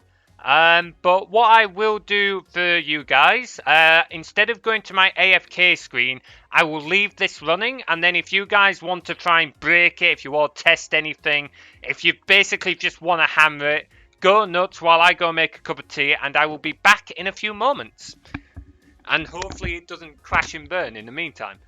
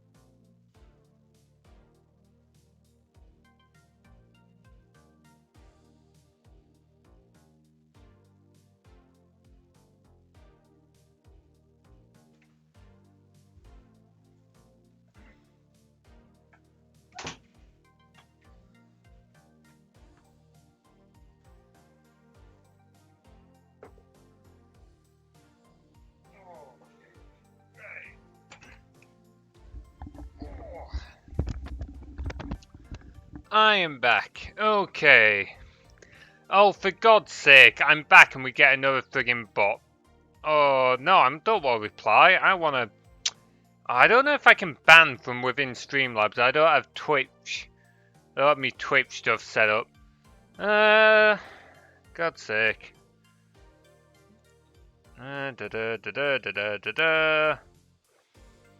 Darn it. You okay to deal with that, Will? If not, no worries. I will deal with it later on. Friggin' bots doing me nothing. Anyway. Alrighty, so back to this then. So we might need... I'm going to try something, and if this doesn't work, we will use a debug log. Right, so... Right, so... Leave in pause there, and now we will do for int x equals 0, x is less than variables dot count x plus plus if variables x dot item 1 equals current name, then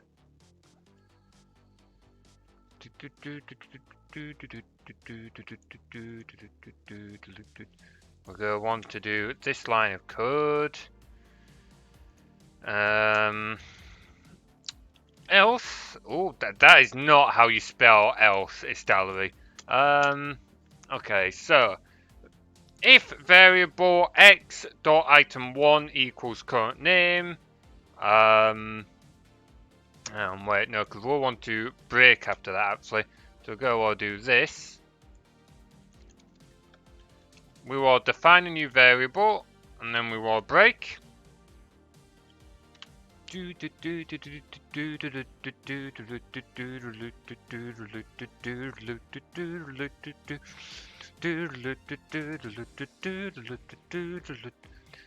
don't know. We're not going to want to break actually. Let's think about this. Because we're going to want to do something in case they've got an invalid name or something like that. So, right. So we're going to want to make the new variable. Then we're going to want to update the variable box for this. So we're going to want to go con win.update var box. And the var box we're updating. Oh, hang on. Wait, no, that's not right. We're going to want to update x.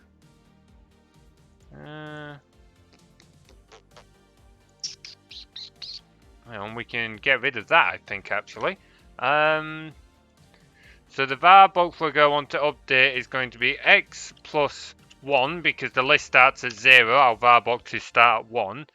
And then we want to update the string. I've forgotten what was the format we're updating them with. Where was it? Aha, here we go.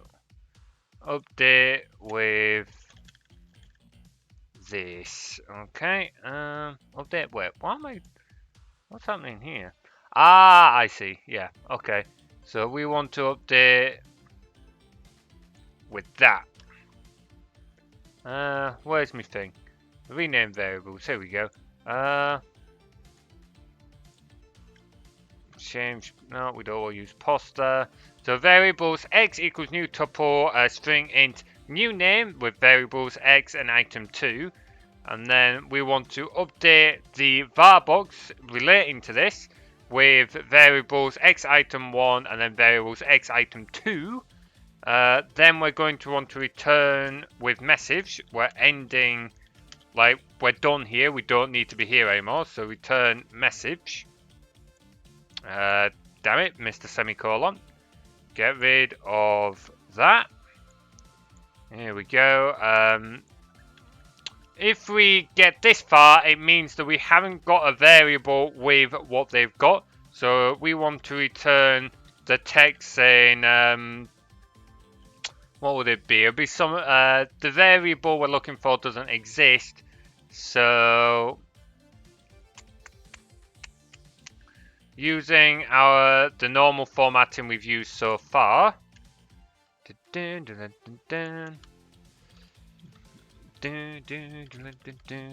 That variable, hang on, wait. The variable, and then if we add in current name, so they can see, so we can see what they've tried to change it doesn't exist. Doesn't exist.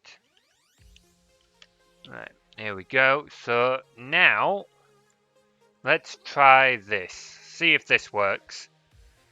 See if this works. So if we go new var deaths, let's add new var gold, just so we've got something else to test with as well. There we go. Let's add a little bit to both of them. Gold. There we go. Right, so now if we try and rename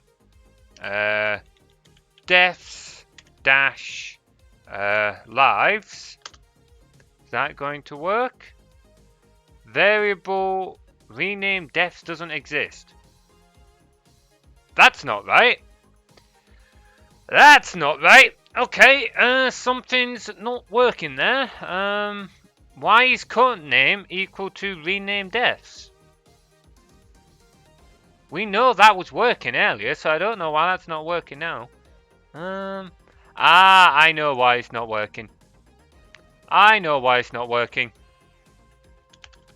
We forgot to change that to, no, not command, command. String new name. Also use command, not message, because we're no longer manipulating message. There we go. Okay, that should all be good now. Jamming to this beat.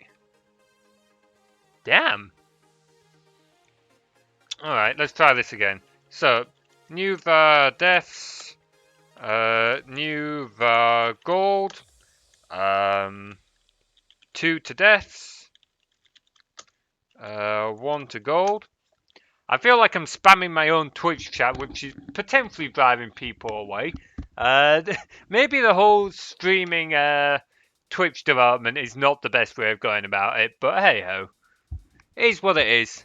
Right, so now if we try and do rename, I wonder if it's worth me later on. I don't know if Twitch API lets me do this, but I wonder if later on it's worth me putting something in where when you put a command in chat, it deletes your message from the chat if the command was successful, just to try and avoid filling up the chat with commands. I feel like that should be a priority, to be honest. Rename deaths to lives. Let's see if this works now. No, that definitely did not work. That's even further from the right thing than what it was earlier. Okay.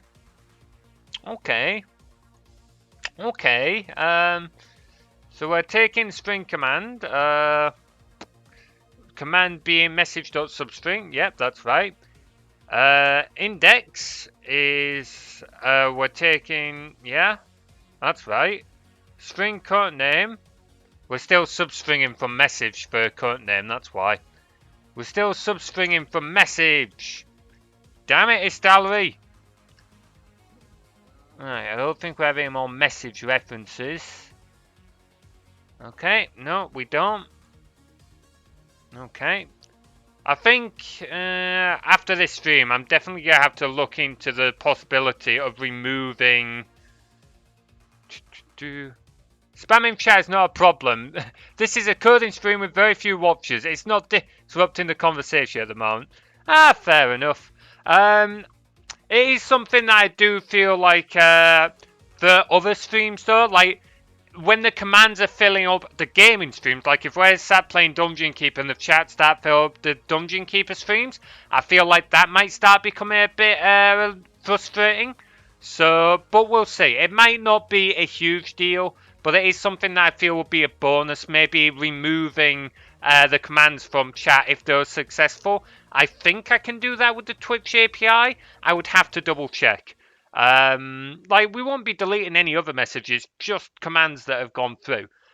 Just to try and avoid the commands taking over the chat at times. We'll see. I might we might if I can get that working, we might try it one without, one with, or I might just make it a setting that we can enable, disable. I feel like that would be a good way of going about it, but we'll see. Again, that's something I'd have to look into. That's fair enough. If at the end of the day, if people like having the commands in chat, then we can leave it there. To be honest, I think my favorite option would be having it to have an option so that we can have the commands in chat if we want, but if it becomes a problem, we can just flip the switch and then it'll start deleting them. I think it might be a case of experimenting with it a little bit. Yeah, that's true. So as it's not clogging the chat. It's a pity Twitch doesn't allow you to have two chats, or like a chat and then a command chat deal or something like that. That would make life a whole lot easier, but hey ho. Right, okay, what am I doing? We were testing the rename, so new for defs, new for gold, add to the defs, add to the gold. Now let's try the rename again. So rename defs to lives. Hey, it's working! Sweet! Sweet, sweet, sweet, sweet, sweet, sweet, sweet. Finally. Okay, so we're finally making progress here, which is nice. Right, what were some of the other tasks? So I fixed the bug fix. We can take away, let's just see if we can, if we've tried adding, yep, okay. So, sweet, that's working. So we can add to them, we can subtract to them, we can rename them. Adding and subtracting more than one. Okay, so I think I know how we're going to do this one. I think I know how we're going to do this one.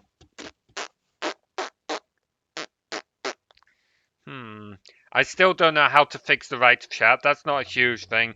Emote variables. I'm not sure how we're going to do emotes.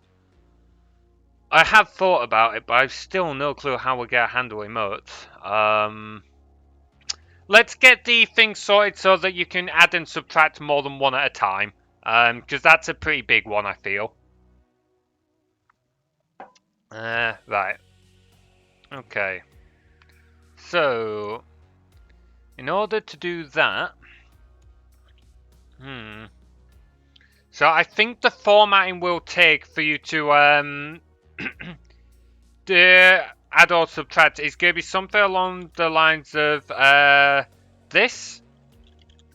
So that would be the format for adding to it, or if you want to subtract, it will be something like this. So very similar to what we have for adding and subtracting one, but just having brackets on the end where a number to say, right, instead of adding or subtracting one, I want you to add or subtract this number.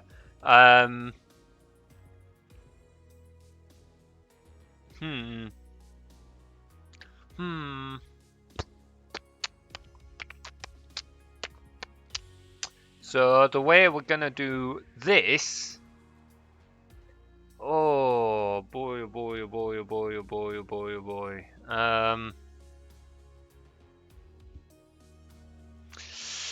I can think of a few ways we could go about this. I'm trying to think what would be the best way. So we can just do a simple check, see if there's brackets in the message, and then check if there's a variable name later on. That's probably the method I'll go with, to be honest, because while I'm not a fan of it, it'll work.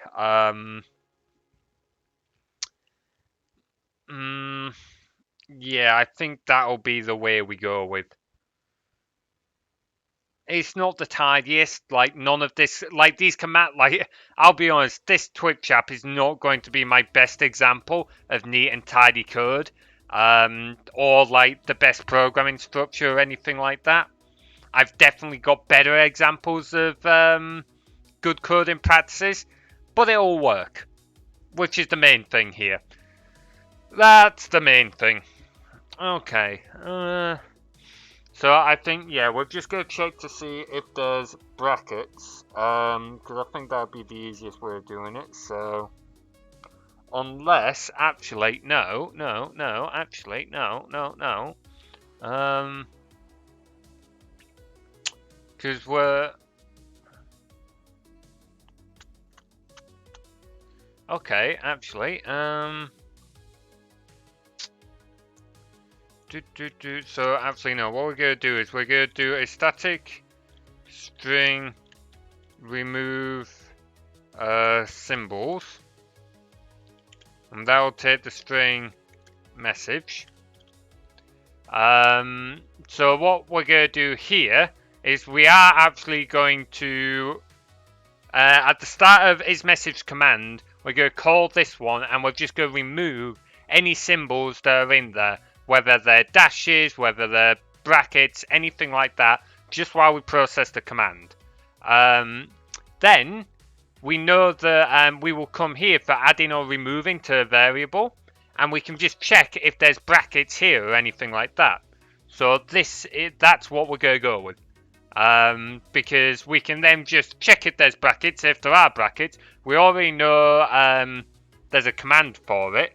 And we will just try and get the number from the brackets, and we'll either add or subtract from that either way. So, right. So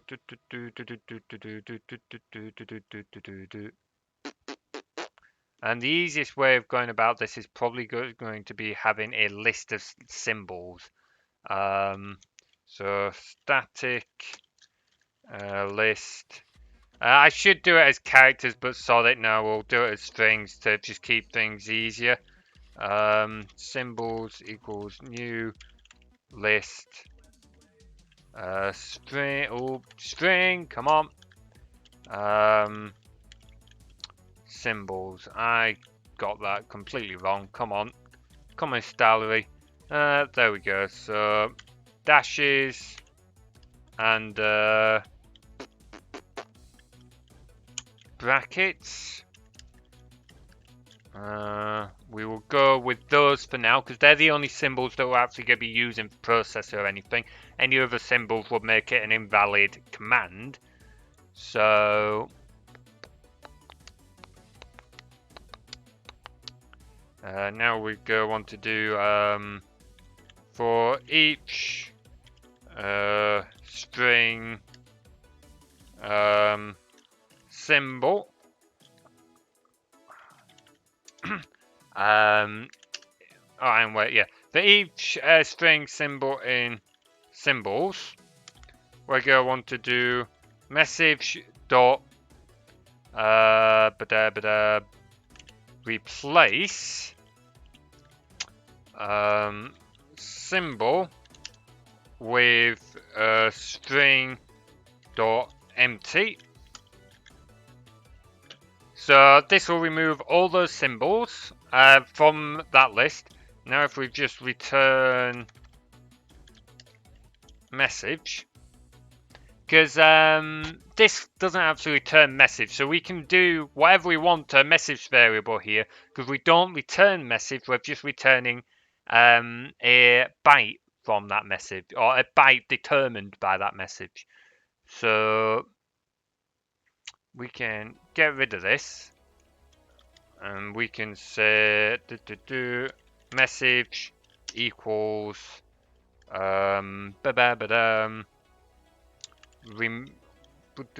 remove symbols message.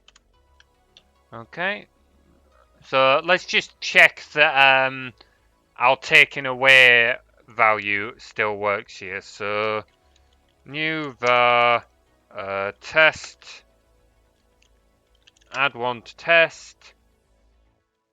Come on, pick it up. I bet you're going to pick up 2 now, aren't you?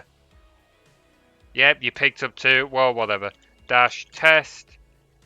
Test dash. That should put it back at 0. No! That doesn't put it back at 0, so we broke it. I broke it. I broke it. Okay. Time to fix the brockening. Damn it. That's annoying. Why is that not working?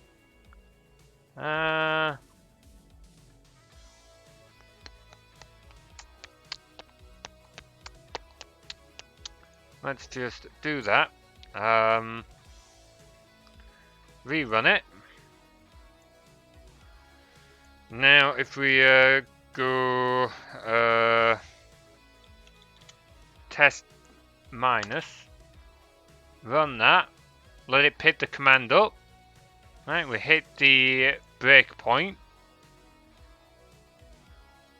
Right, so why does message still have the dash in here? We should have removed it from here.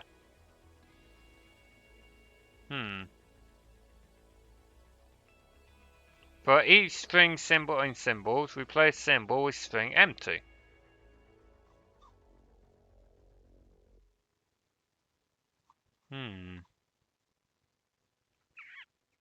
Alright then, let's get rid of that and go.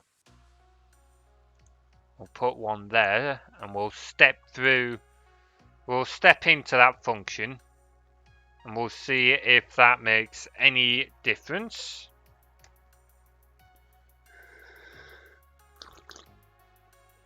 Oh man. Okay, so minus, right, test. Okay, let it pick it up. Right, okay, so now if we step into it, so yes, symbols has a count of 3. So we've got string symbol. So symbol is now equal to dash. So it should replace the dash in test. Oh, I'm an idiot. I fall for this all the goddamn time. I forgot to actually assign it back into message. I was calling the function, I just wasn't making... Ah, yeah. Pillock. Stupid pillock. Right, so now if we were to do that, we shouldn't have any issues. It should... Well, of course it's going to say invalid there. Hang on, wait. So, new var test. Now if we do exclamation mark dash test, that should... There we go. Yep, it's working. Sweet. This is better programming anyway. Slightly better data structures. Right. So that now works, and we know that if we have brackets... Oh no, this isn't going to work.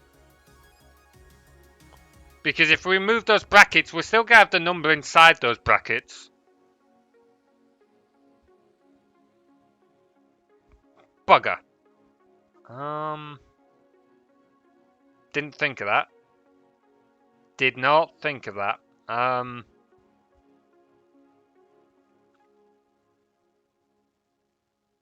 Okay, new plan. New plan. We're going to get rid of that. We're going to undo this.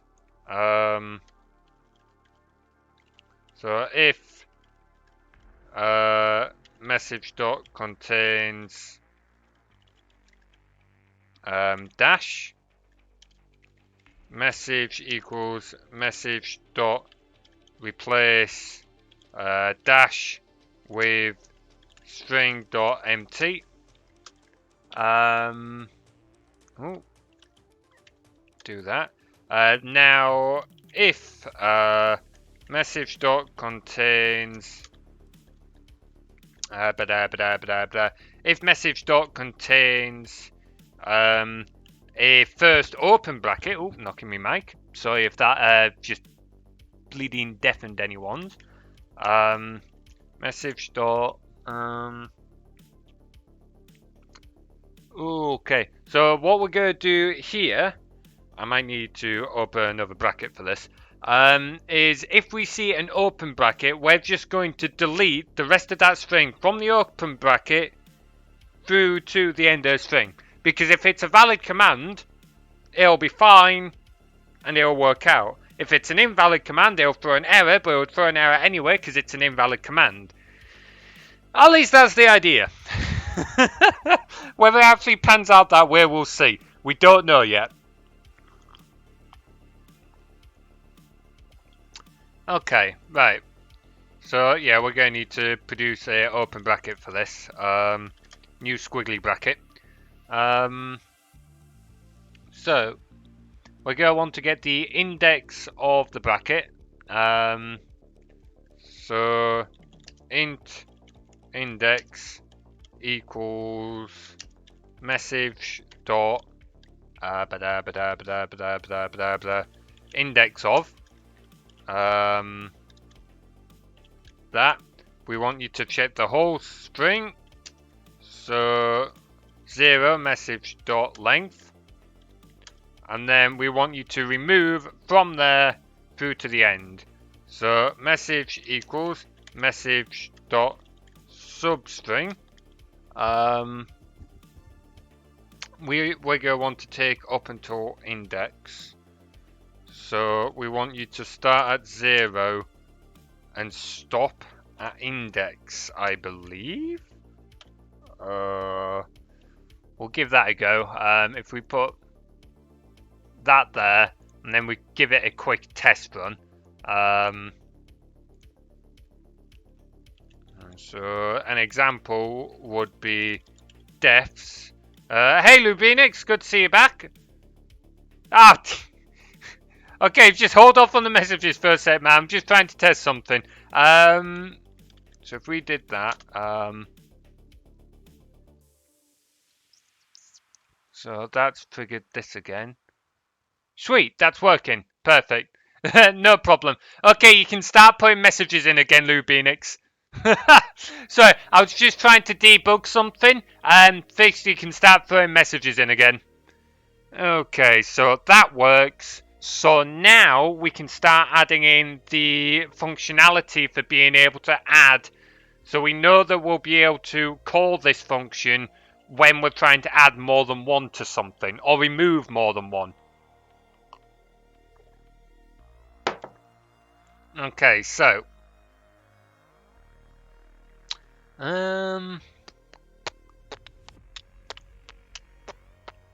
so if we come here, it should be a valid command, we hope. We don't know. I'm going to wrap this whole thing in a try. Try catch. Just in case, because I can't be sure this isn't this one. There's not going to be problems with this, so I don't want a debug.log. I don't need to write into a text file every time someone puts the wrong thing in.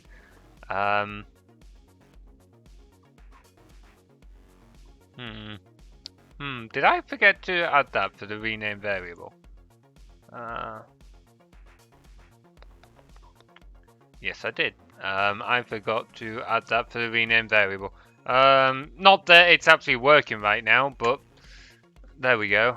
Right to chat, engine.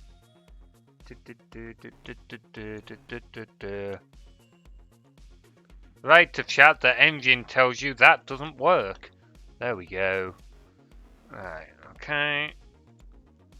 Minimize that, that's sorted, so.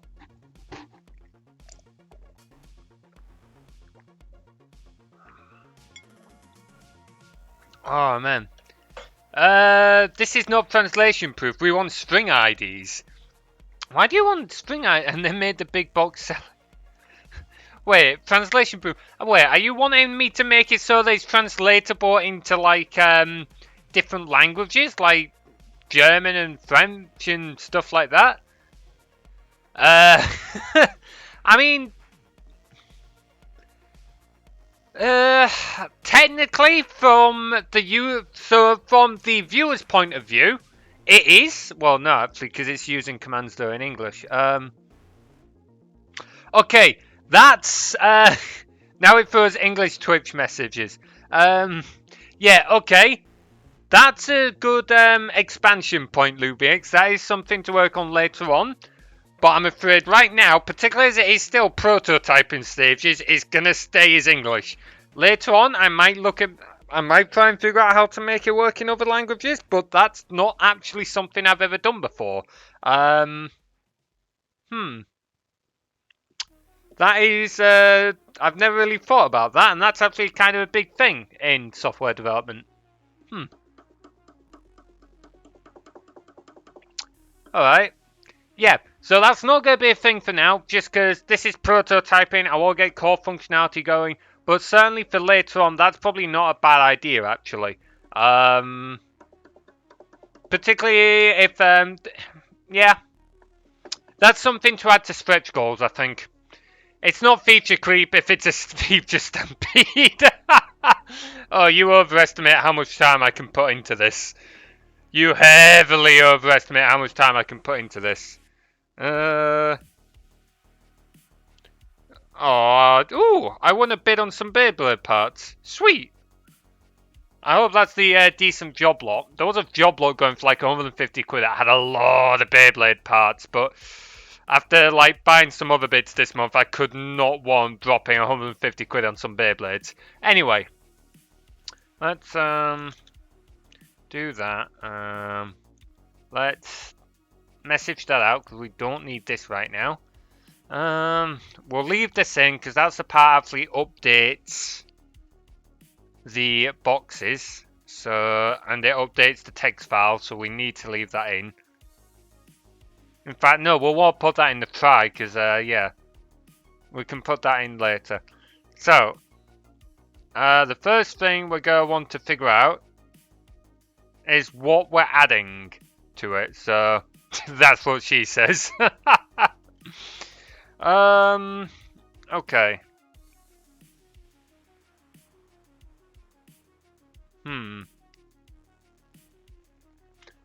Wait, okay. This might not be the best way of going about it, but it's what I'm going to do. So if message dot contains a bracket, then try this. If else,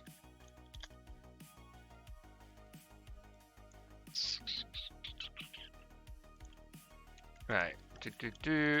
Okay, might not be the best way of doing it, but it's how I'm going to do it because I know it works. So, why change this code? I know it works.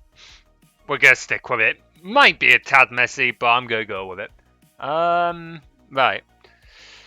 So, our normal plus and adding 1 works. I mean, you could still plus or minus 1 with this method. It would just not be the, you put in extra effort for something that doesn't really matter. B. Oh, I need to update, I need to update this now that you can rename and remove, hang on, edit this. So,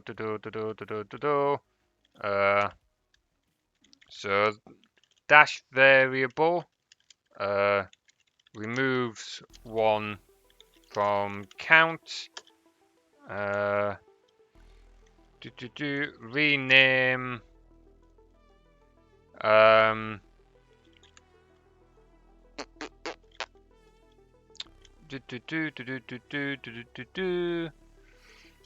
variable dash new variable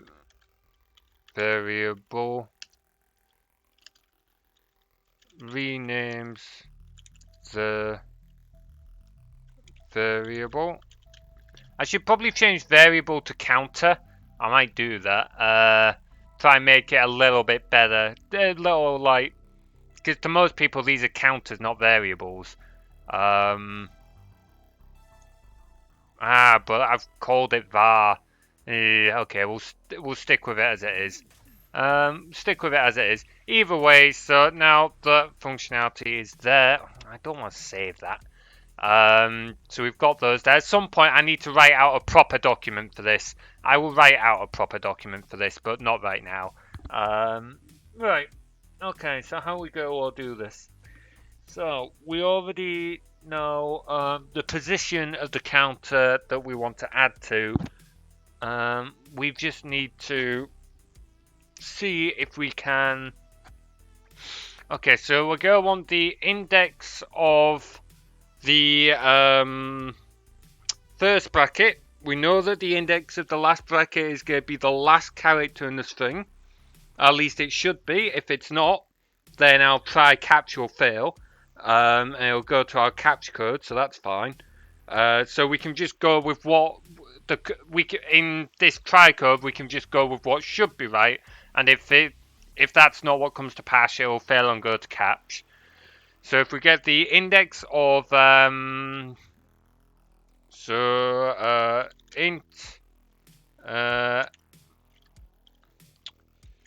b1 as in like bracket 1 equals message dot index of we want to check the whole length of the thing. So message dot length. Why I want it to be a new var? Why not?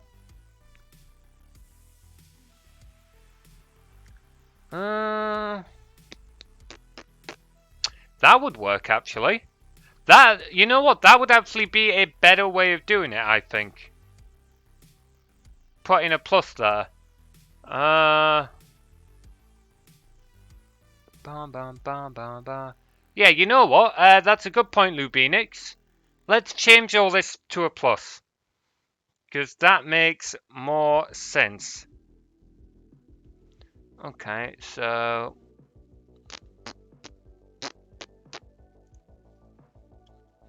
So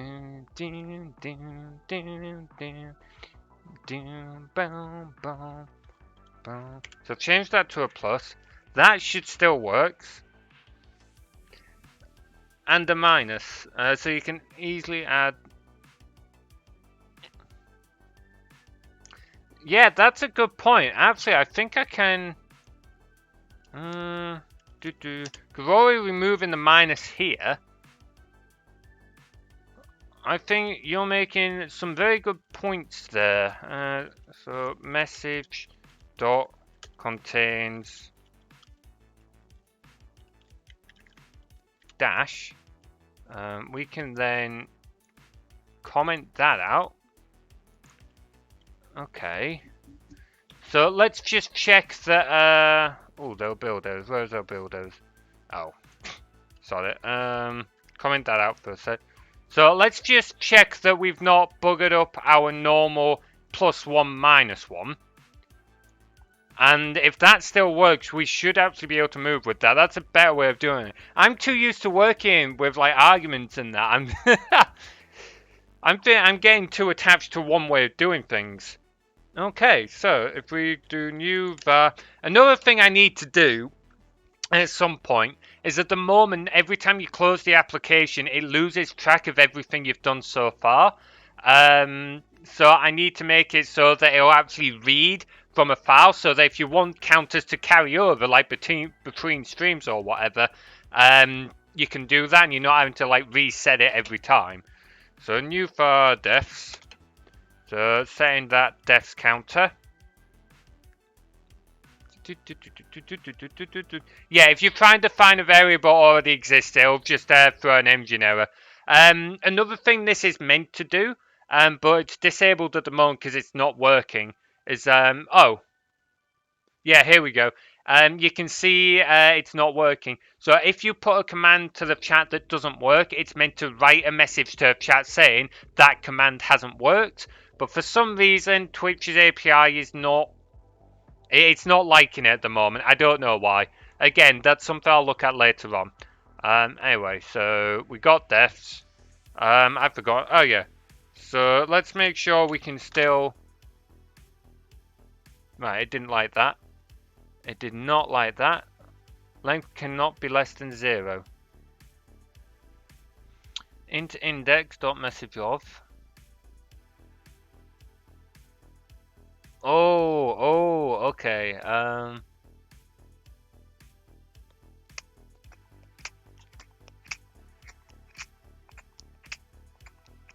So I'm gonna have to. Okay.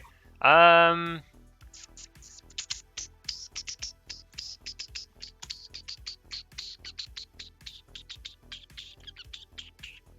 wait, no. We can just have it as a. I don't need to set up a list. If it's just two variables, which it's going to be. Else. Oh. Else if message dot contains minus. We can just copy this code across, but change so that one is a plus, that one is a minus. Try that. Okay. You're being really eager with those, mate. They're not. It's not ready yet. You can see I'm still programming it. Right. So let's make sure that it's not still buggered. So, oh, come on. Old var defs. That's not a command there, I'm afraid, mate. I'm not sure what you're trying with that. Defs. It is now. Oh, is that just thrown another error? Okay, that length cannot be less than 0. What? I am not going through the effort of making it so you can make new commands in the chat. That's not happening. That will take far more work than what I'm going to put into this, I'm afraid. Yeah, it should still be able to work. Because it's storing them as integers. So it can still go into minus numbers. It's stored as integers. So it can still do minus numbers. Like, I'll even show you. Even if I was to add +1 to it first, it will still kick up that error message. New var defs. Defs. When it picks up the commands. So now if I was to do defs, still throws out the error. So, why? Oh, I know why. I forgot to remove that bit. Nonce. Absolute nonce. Yeah, if we were to count bugs looping, it would be, well, an integer wouldn't store enough data points for it. Okay, so new var defs. We'll even add +1 because why not? Defs. Invalid command defs. Okay.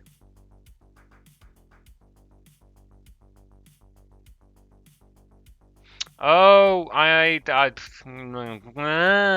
an idiot. Why? Think, John. Think before you do. I'm doing substring. I will do replace now. Oh my god, what is up with me today? Replace plus with string.empty. Now we'll do the same down here. Message.replace. Minus with what am I doing? String.empty. Now I'm not coding properly. Replace substring, call it a compromise. Right, here we go. Right, come on. I'm doing like basic string manipulation, and I'm having a much harder time with it than what I really should be. All right, so new var defs. Okay. new var poops. Wait, is that showing a wheelchair? That looks like it's showing a wheelchair on the stream. Oh, like, how did you get? Twitch is crazy. I pasted the wheelchair. I'm not sure. I need to figure out how this works. Because, like, if you can do that, then maybe we can get the other emoticons working. And that would be pretty cool. Like, showing actual poop. I mean, give it a go, Lubez. Give it a go now if you want. Give it a go while I test this. Yeah, that works because you've just defined a new variable. Right, okay.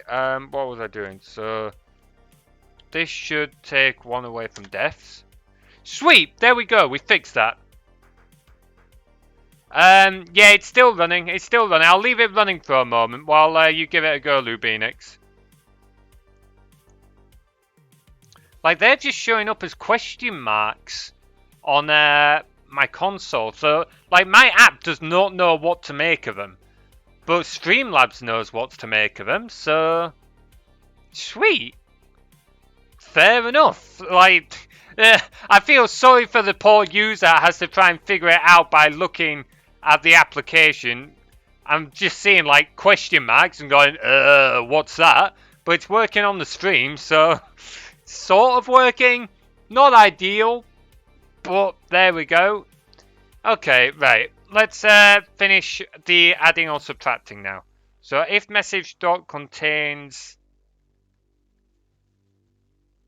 So now we can actually, like, change this.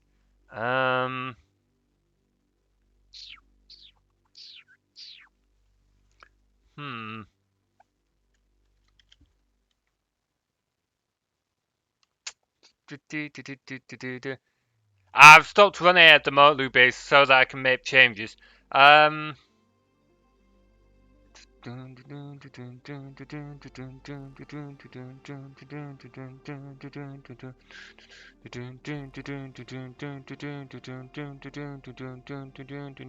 See, now this is where things get a little bit more convoluted. Like for plus, it works fine because we're not using a plus to add anything normally, but we already use the minus to for the default of -1. So it's figuring out how we can use it.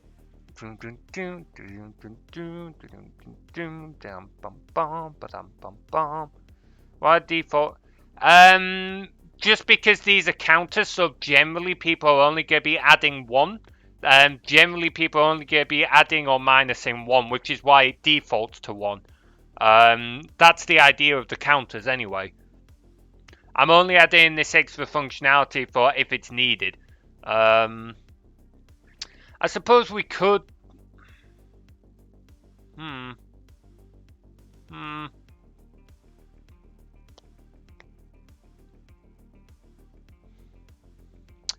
Yeah, I suppose the -1 doesn't need to be a default. Yeah, I suppose if we only need to default the +1, to be fair. I don't think it matters if we default for a minus, because generally if you're minusing... So that might not matter too much, to be fair, yeah. Okay.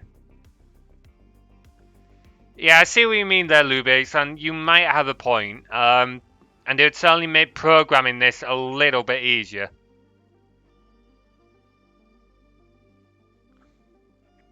Yeah, it'll make more sense for the end users. Okay, yeah, we'll go with that then. We will go with it. Oh boy. Right, all counters notepad. Close that for a moment. I'm just going to quickly clear this because it's filling up the stream a little bit. Hey, wait, even the notepad it's showing them. Interesting. Huh.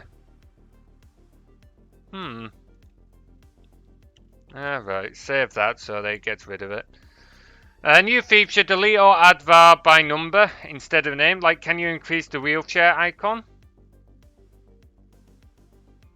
What do you mean? Like, before I deleted it, I could have manually increased the numbers in the text file, yeah. Right, so, let's just... Right, let's grab all that. do that, and we're going to comment that out just as a safety net, like, because we know that works for now.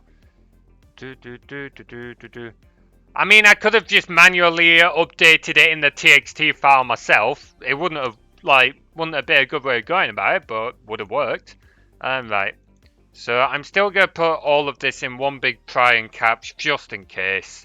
Because there's a few ways this one could go wrong, because like there's a few things that could catch it out. So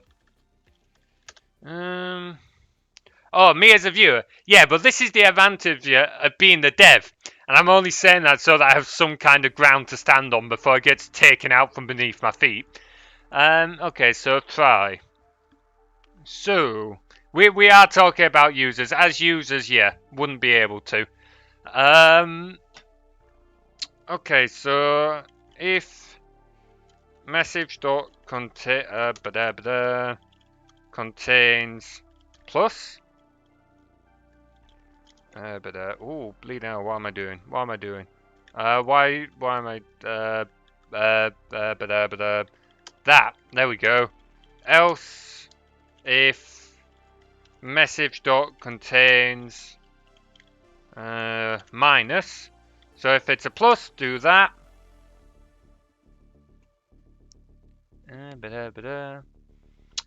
It should be easy to just add +1 to the first var, so not have to type out.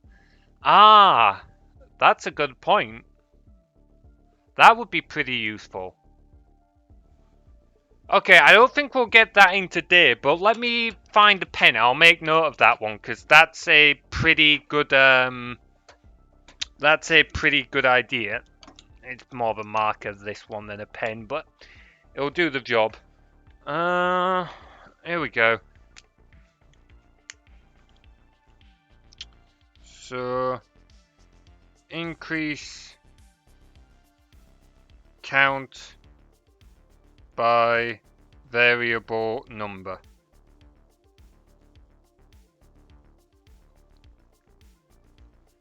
Position in list.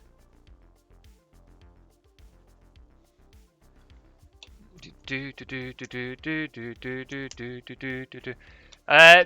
like I said, Blueberries, probably won't get that one in today, but that is a good idea, so that's definitely something that I'll look at adding later on. Like, why is that throwing errors? Like, bugger off. You have GitHub, right? Featuring bug lister. That's a good point, actually. I do have GitHub. That's what all of this is on. I don't know how to open it up to let other people make edits. Like, it is a public repository, to be fair. Issues tab. Ooh. Ah, hang on. Cancel. Commit changes. Issues. Label issues and pull requests for new contributors. Alright, sweet. I'll take a look at this later on. I'm not sure how, because I've not used this before, so I don't know how to set it up, but I'll take a look. It's already on. There. I mean, if people are able to already put, like, issues on there. So, can you do me a favor, Lubinix? Can you see if you can commit, something there, like, put anything there for this? If you can't, don't worry about it. If you can, great. If it requires some kind of setup, I can look at that later on. But that would be great if people can, like, if they've got ideas, on if they've got bugs that need fixing, anything like that. At the moment, I'm quite happy for people to message me stuff like this on Discord. But certainly, if it's going on the GitHub, it makes it easier for me because it's all like collated in one place. So. Right, okay. Where am I going? Back to Visual Studio. Why do you still not like that? What? Why? Oh, okay. That's why. There we go. Right, so if message contains a plus, we've already confirmed, like, this is going to be a valid command either way, so, else. So if it doesn't contain a plus or a minus, we're just adding +1 to it normally. So that means that we want. Why is this commented out so many times? Bloody hell. There we go. So we can just take this line of code. Oh wait, no, that's minus. We can just take this line of code. There we go. In fact, I think this means we can get rid of this try and catch actually, because by this point everything should already be valid. So yeah, we can get rid of the try and catch actually. Check your issues list. I will do. Just give me a moment to, because I know this is really picky, but I just cannot stand poorly indented code. Alright.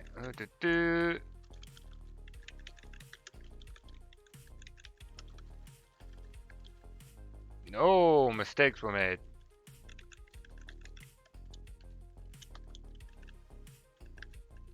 Alright, here we go. Right, let's check this. I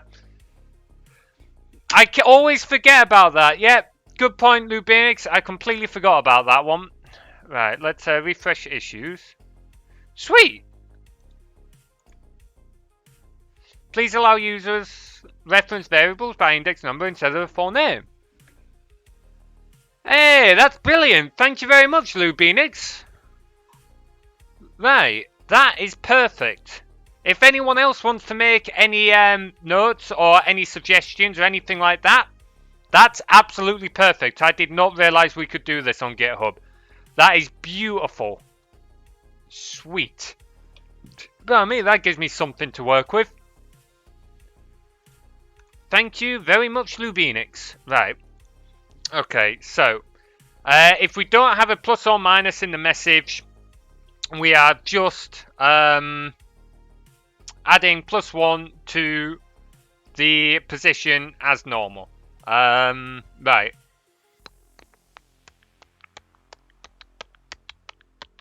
So, if we do have a plus, we want to... Oh, wait, no, we're going to want all this here try and catch anyway, actually. Just think... no, actually... Okay, I'm going to put all there try and catch just to be safe rather than sorry. Like... just in case, to be honest. As I said, better safe than sorry. Catch. Right, where's some of my other invalid? Here we go. Bam, bam, bam, bam, bam, bam, bam. Right, so this one doesn't return a string. Right to chat. Engine. Error. Adding to variable.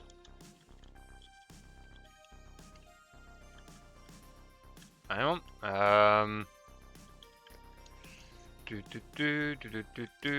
Plus.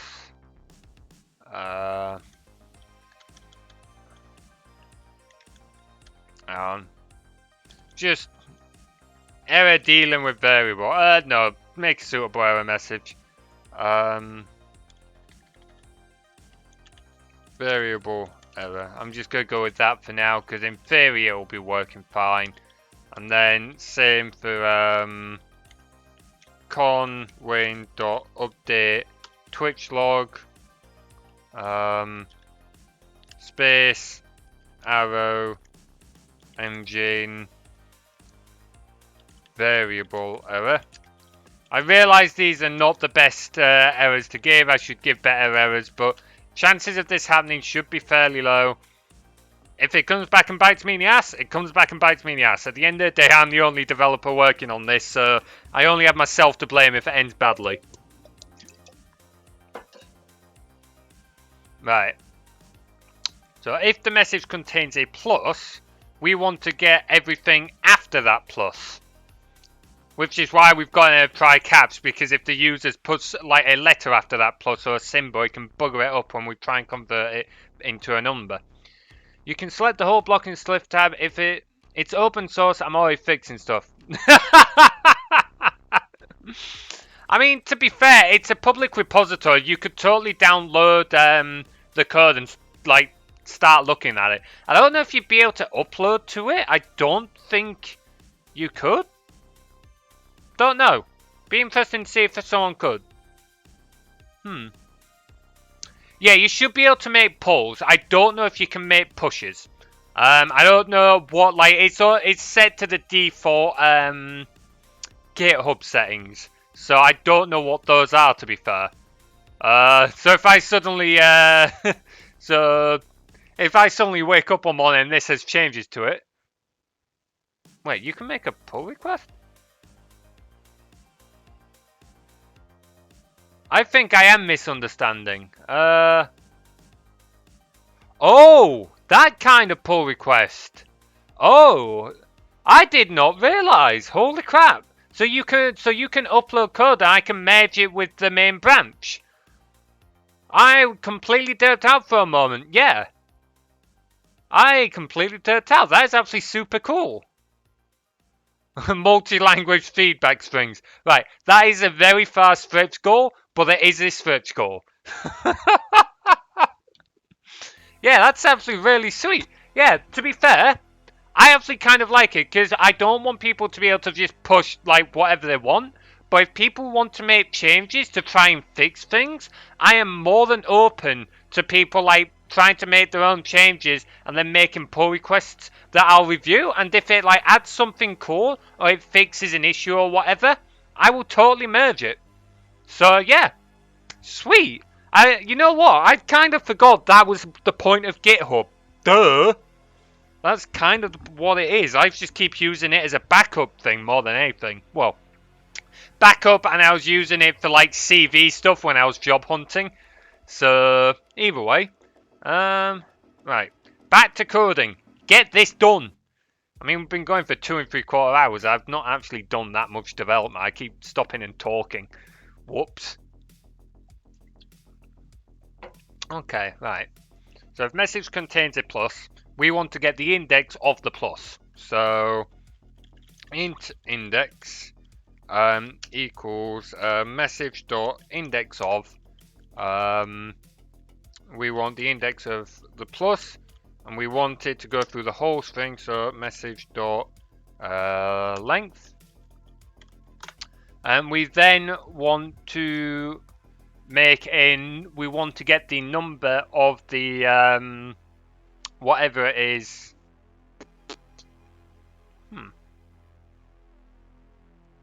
Now, okay, I had a thought for what we could be doing something, and I've got something else wrong. That's the point of Twitch. Twitch is to stream, unless you make it up on something, which is going over my head. I can't do. This is okay. Not working, but talking. Yeah, okay. I should be stopping talking and start working, or at least talk about my work. So int index. So we're getting the position of the plus in the string. We now want to int. We want to get the number, which we'll do by. Hang on. So we will get the string first. So string temp. Oh yeah. So does that mean that every time I fail on Dungeon Keeper, I can just blame it on trying to entertain the stream and not actually being terrible at Dungeon Keeper? That's totally the answer, right? I mean, there's 2 others, Lubinix. To be fair, I know coding streams are not the most popular. I do them occasionally. It's mainly because I enjoy them, and people can see some of the stuff that I'm working on, which is pretty cool. But I know they're not the most popular. It's another reason why I don't do them too often. That, and I do occasionally get close to being burnt out after like developing all week at work. So, okay, so string temp equals message dot substring. We want it to start index +1 because we want it to start at the first position after the plus. +1. In this case, I asked for the def counter. Yeah, that is true. Honestly, I thought it was a great idea. So I could at least very least poke you a bit while it gets made. Well, The part of the thing is, I kind of did myself over because you only asked for like a single death counter, so I could have made a single death counter in like half an hour. But then I was like, no, I can do a bit more than just a single death counter that can be counted up. So I've kind of like added loads of extra things and been building on it, and like, yeah, let's take more features because I like to make my life hard because I don't know what an easy life is. You save up for 25k. What's 25k is band T. Oh. If someone banned T during a coding stream, I'd absolutely want to shoot myself. Okay, anyway. So, index plus 1. And then we will get the rest of the strings. So, message dot length minus index plus 1. How do we convert a string to an int again? I've forgotten. I have forgotten. Google! To Google! The power of Google! Right, so... Convert... I know I've done it before, I just always forget. This is one of those functions where it's a really simple, basic, easy function, and I'm... Oh, here we go, int32... Wait, no, that's not the way I used to do it. Really? I'm sure there was a different way. Was it parsing? I mean, to be fair, that's like pretty easy. Oh, okay, there we go. That was it. Convert dot to. I mean, they both work. One might be better than the other in terms of like CPU performance, but they both work. I don't like the fact I've got highlighted code there. I'm gonna get off that. In fact, I can close that now because we fixed the issue we had with that. Right. So int int number equals convert dot to int 32. Then we can actually just grab that. We can avoid storing it as a string, because why take up the memory that is hardly anything.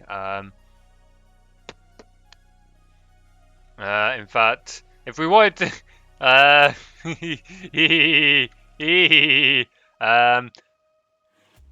this is, but why is that oh, I'm missing a thing. Yeah, I'm well aware, Lubinix. I should totally make it as temp, but for some reason I just want to make my life hard, so I'm gonna have it all as one line of code. In fact, no. If I put that in there, that's actually going to, yeah, no, because I'd have to put message of and then plus 1 twice. Yeah, no, not doing that. That would be that would be a terrible idea. That's good enough. That works. Right.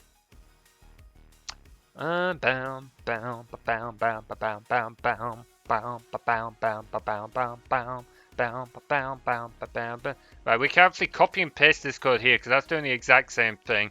Like if I was being a proper developer, I was being tidy, I wouldn't have the same code doing the same thing twice. That's bad developer habits, but I'm doing it anyway because, frankly, I don't care. It doesn't really matter. Okay, so, I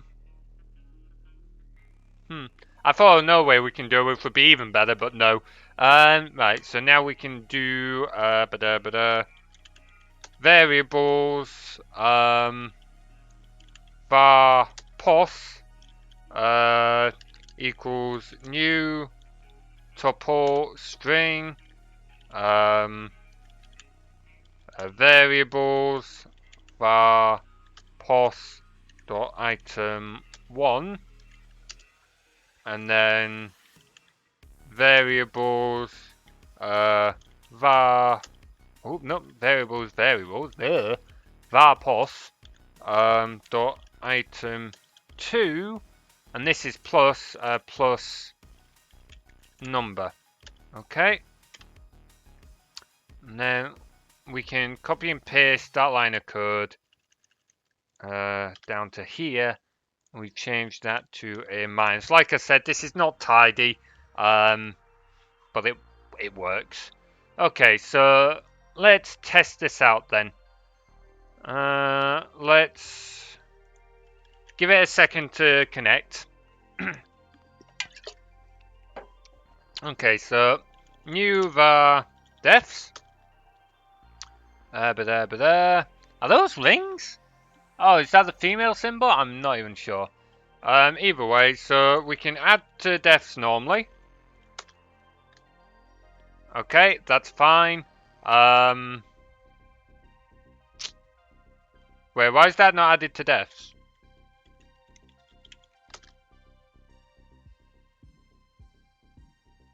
Okay, so normal default isn't working.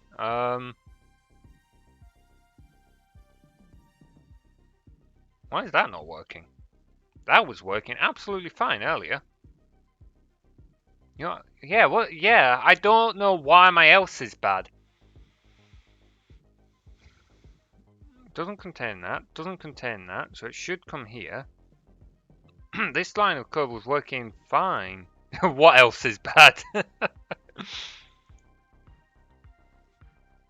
Right, it's the same line of code as what we had down here. The only difference is we've got a try statement, but that shouldn't be stopping it. Oh, give it another go. Give it another go. Give it a second to connect. New var defs. Come on, pick it up. There we go. Is it giving me an error while I put it in?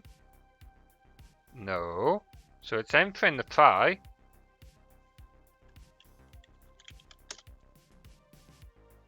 Why is that not?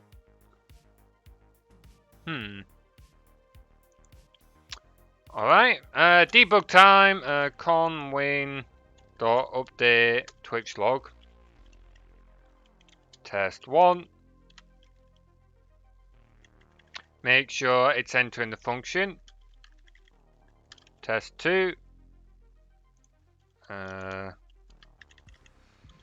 Test 3.1. Other devs are probably either crying at this or nodding, going, yep, that's how you debug stuff. Oh. 3.3. Right. So, let's see what it outputs then. Yeah, honestly, it's pretty much like the way to debug at this point, isn't it? Like, you've just got to try and see where it's going. Oh, man.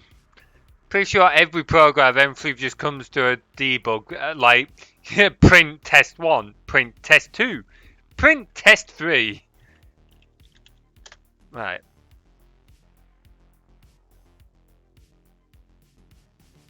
So that's going to...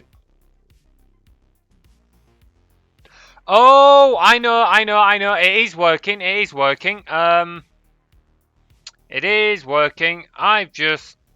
idiot. So what's happening is it's updating the variables, but it's not actually updating the console, and it's not updating the text file. I bet it has been working the whole time. The poop icon does not work on Twitch. No, it doesn't look like it. I mean, like I said, it's a little bit weird. It basically comes down to what Streamlabs is able to recognize. So I'm still not sure how we'll handle emoticons. Hey, BF Vampire, how are you doing? Yeah, we're still doing the coding, going for a little bit longer.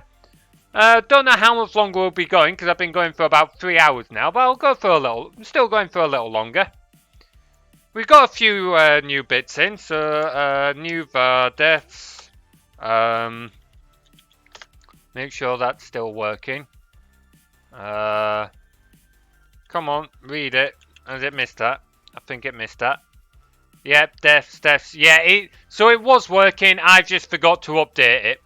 I'm just an idiot. That's all that is. I'm just an idiot. I forgot to call the functions that update the console and update the text file. I am just a pillock. just a complete pillock. Right, here we go. So now we can actually test the bits that we were just developing. Well, we were just developing that, but we'd already kind of done that bit. New var defs. So now if we go defs plus 32, invalid command defs plus 32. Oh, hang on. Is it because I put the space in? Defs plus 32. Invalid command defs plus 32. Okay. Still invalid commanding. Why are you still invalid commanding?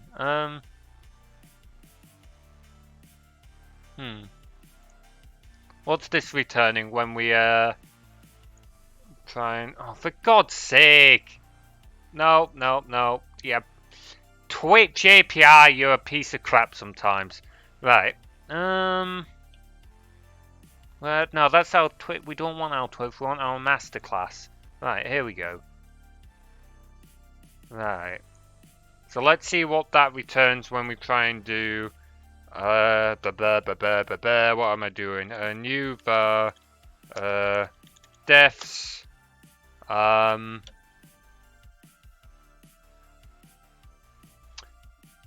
Come on, and then... defs, add to it. Oh wait, no, because we bloody well... Hang on.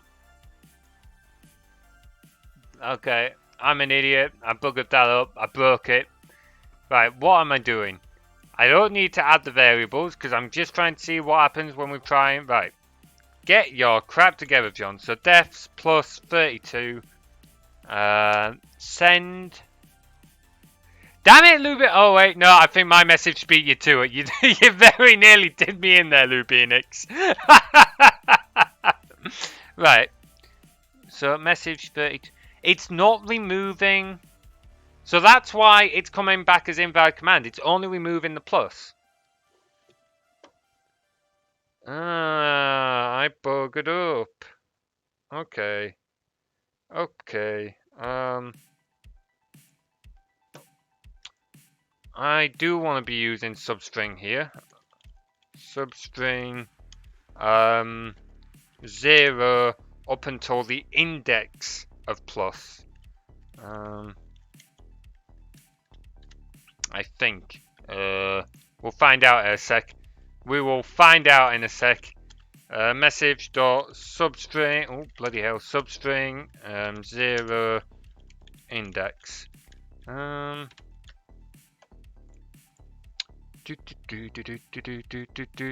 Right, try not to do me in this time, Lubinix. Plus 32. Alright. Yay! Okay, so now in theory this should work. In theory. Like, you can all go back to spamming messages now if you want. Okay, so new var defs. New var unhappy face. And that's actually rendering on the stream. Brilliant. It didn't catch my command. What? New var defs. Oh, if you put plus equals, that'll probably trigger. Yeah, that's an invalid command, Lubinix. Although that was I was glad you tried that actually, because I didn't think about that. Oh, -4. Oh, let's see if this works. No, he's put that as a invalid command. Now let's try it with defs, because I don't know if that's because that's the emoticon. Oh, you can't have a space in it, Lubinix. You can't have a space in it at the moment. Oh,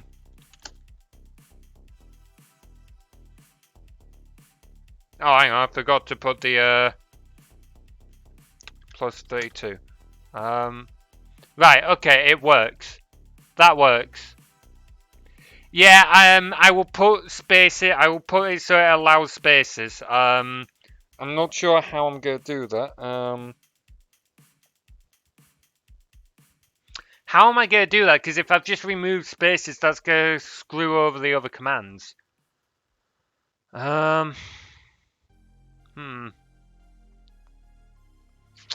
I just need to remove... Hang on.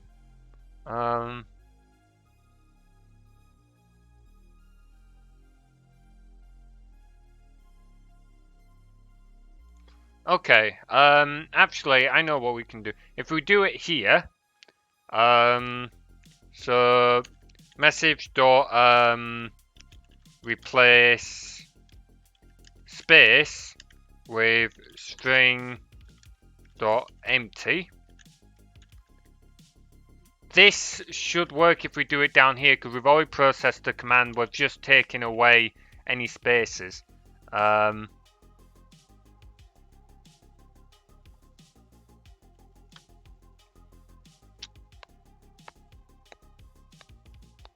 But no, I don't think that will work. And we'll try this, but I don't think it will work. Let's probably codify a number after a string ignoring spaces. Yeah, like there'll be ways of doing it. It's just figuring out how to do it. You'll need to add it as a variable first, Lubinix. New var defs. And then if we go defs plus 32, I don't think that'll work. Yeah, it's because I put it in the wrong place. It's too late because we've already processed the command by this point. So spaces make no difference by this point. We need to get rid of that. That's redundant code by this point. We can get rid of this. That's redundant code by this point. We need to do it up here because this is where we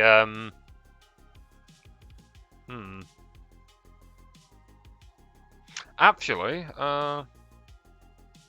wait, remove symbols. Hang on. Give me a moment to think. Hang on. Music, stop.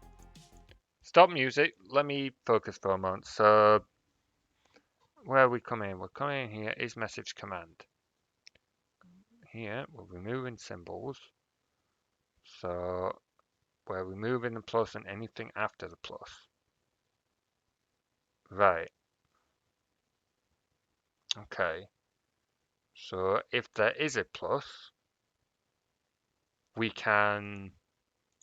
There is a plus. We should be able to remove spaces at this point because we're not... Okay. So message equals message dot replace spaces with string dot empty. Okay, we can start music again now that I've figured it out, or figured out part of it. Do the same down here. Because we only want to do it if we've got those in there. This shouldn't bugger up our other commands. Copy paste the mistakes. Yeah, so if I buggered it up, I'll have more code to remove, but we'll have to see. So we should still be able to like define new variables without issues and stuff like that. This we should still be able to like add to it easy enough. Plus here will just come out as variable error because it won't be able to convert the letter. That's why we've got in a try catch. So although that's formatting funky, so I need to figure that out. Hey, it's working though. Oh, it was already, that's without the spaces. If we allow space, if we try with a space, defs plus 32. Yeah, sweet. So now it works with spaces as well. Solid. And if we do defs minus 9999. Sweet, that worked. Boom, boom, boom. Slowly coming together. It's slowly coming together. Slowly coming together. Watch me break this shit again. Okay, that's enough singing. Right, okay, so that's that functionality checked off. So we fixed the bug fix of the -1's not working, and then we changed the code for that, so that bug fix was redundant. You can add or remove more than one. We can rename the variables. We can't set a variable value yet. Okay, that's easily done now. We can work with that, I think. So if we wanted to set like a variable value, we probably want it to be in the format of like variable equals int, so that it's following the same format as our plus and minus, but instead we're making it equal to. Future, I want to do it in one go. Bugs plus plus. Whew. Ooh. That should be doable. That should be doable. Not sure how I'll do that yet, but that's definitely something to add to the list.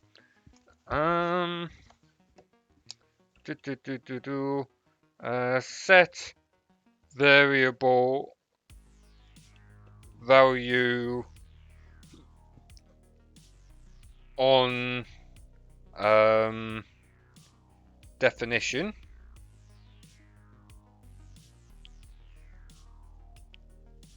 When first made. Okay, there we go. Okay, so yeah, again, probably won't get that bit done this stream, but that's another thing we can do for later on. I think the last thing that I'm going to look at doing for this stream is making it so that we can set values. So that instead of make it minus or equals, we can just go equals instead. Oh,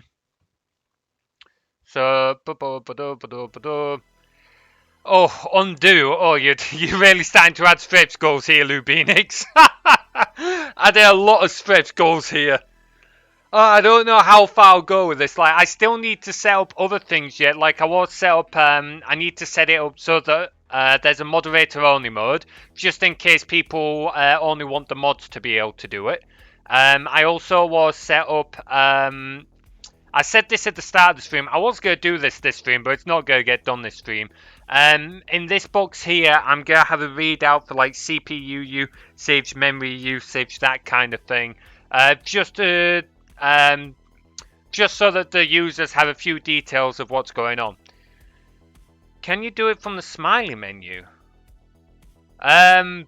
What, in the Twitch chat? No, I can't read users going in the smiley menu. I can only read things that users actually put into the chat. I think there are a few other things I can do with the Twitch API. I can't remember everything. I need to look into it. One thing I want to do from the Twitch API is check if the user's a moderator or not. Because if I can't, then the user has to manually add the mods to a text file or something, which is a bit of a pain. It would be nice if I can just check if they're a moderator instead. Did I click a smiley? Yeah, like I said, I can't read when you open up the smiley menu. In theory, I could read when an emoticon is put in chat, because that's, again, it's just a string, and I can just check for if that string's available. But I can't check when you open up the menu, only when you put something in chat. Okay, Vahio. I don't even recognize some of these things. I thought that wrench was buried in a shoulder there. So yeah, it's here you can start counting. Yeah, that's the thing. The emoticons kind of work. They don't fully work, but they kind of work. It comes down to what Streamlabs can recognize. Because at the end of the day, as I've said a few times now, the way my program works is it reads what's in the chat, it outputs the data to a TXT, and then Streamlabs reads what's in TXT for you to see what's on the stream. So if it's stored in the TXT as the string needed for the emoticon, then if Streamlabs recognizes the emoticon, it should display the emoticon. But if it doesn't recognize it, it'll just display the string. So kind of here with these two, instead of displaying the emoticon, it's only displaying the string for it. Okay. Yeah, but just because my code recognizes it doesn't mean that Streamlabs will recognize it.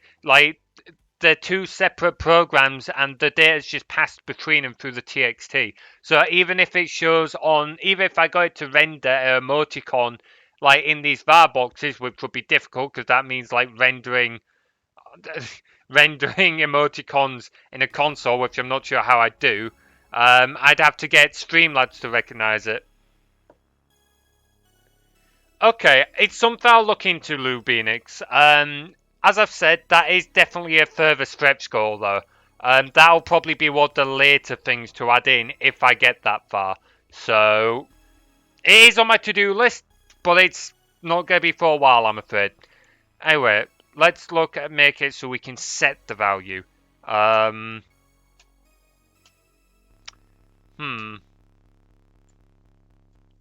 Okay, maybe I no, for each loop would end up doing it multiple times. No need like you have a var that times. I think you're starting to lose me a little bit now, Lubinix. To be fair, it's possible I'm just getting a little bit tired. As I've said before, after streaming for a while, I tend to lose focus a little bit. So I'm probably going to get this last bit of functionality done where we can like set the value. And I'll probably look at ending the stream. Alright, so if message dot contains... oh, bleed hell, my vision went slightly wonky for a moment. If it contains that, we will do the same code, but with an equals. Right, I see. So you've... Oh, I see what you mean now. Right, I see what you mean now, yeah. And that still doesn't necessarily mean that Streamlabs will recognize it, though. Like I said, that's the problem. I'm only working with my program. Streamlabs is a separate program. If I can set it up to recognize it based on the output of my program, then it's fine. It's just getting Streamlabs to recognize it from the output. But yeah, as I said, it's something that I'll read into. Okay, so let's copy and paste this lot. So index of equals, do all that. In fact, actually, I just realized, if we put this out here, and then we can get rid of it here. Just for somewhat tidier code.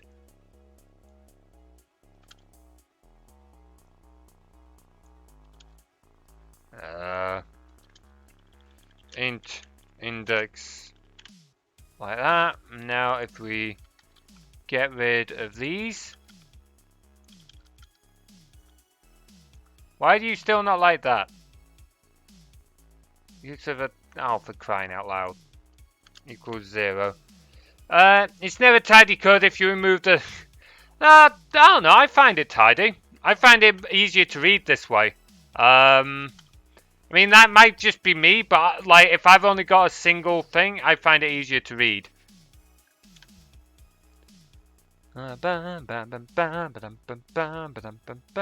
Also, I don't know why, but Streamlabs is just...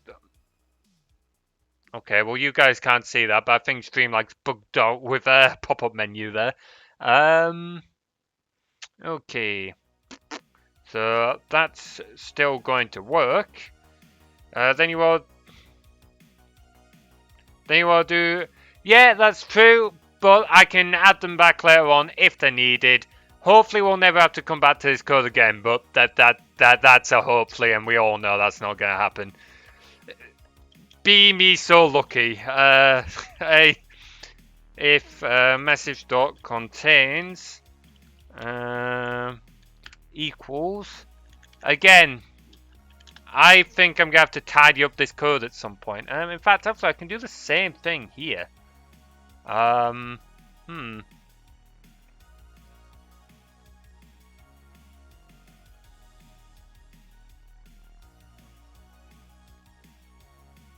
But not quite, no. Not quite. Just realised. Never mind, being daft.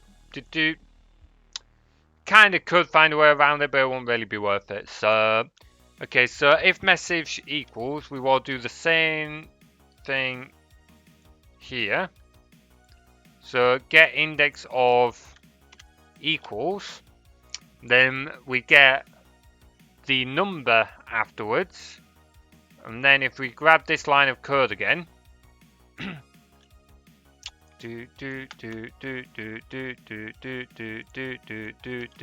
we just want to make it equal to number.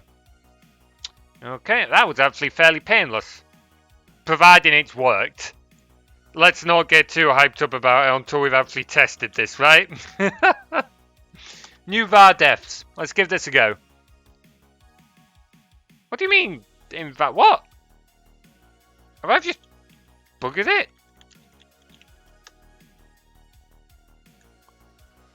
Oh! Okay, why is that not working? How have I buggered that up? Why is that buggered up? I don't understand why that's buggered up.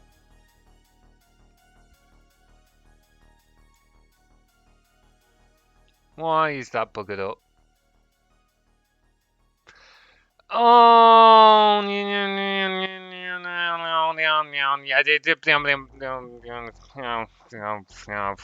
I'm a fucking idiot, stupid bugging fool.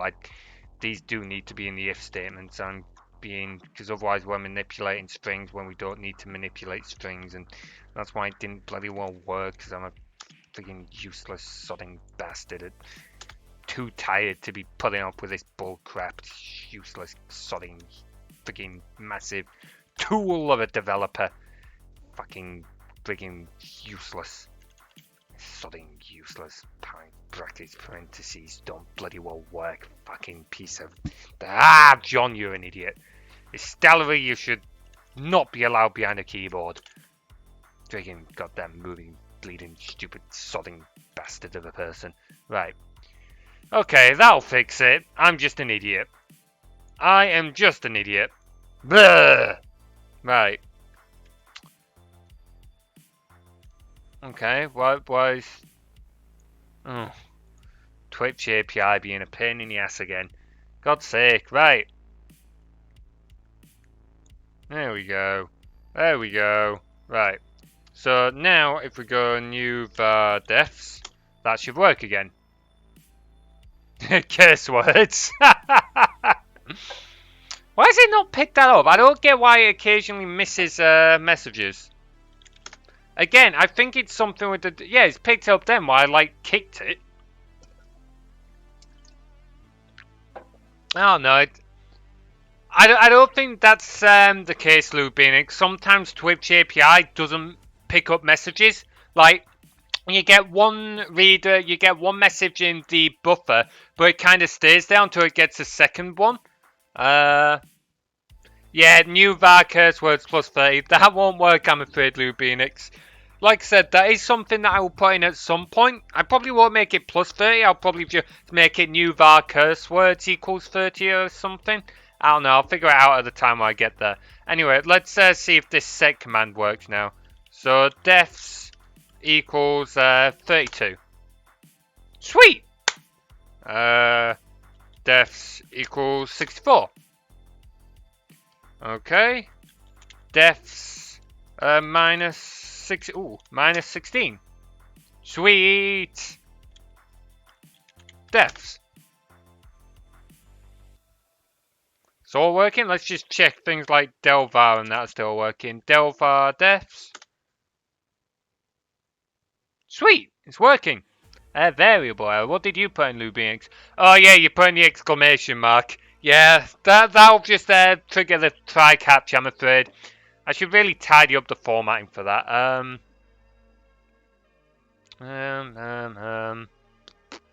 Thing is, this doesn't actually return a string. So I think I'm gonna have to make a return a string. Message equals... Oh, that's not what I wanted to do at all. Right.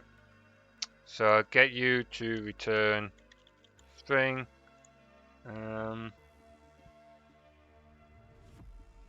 Why is that purple? Either way. return message.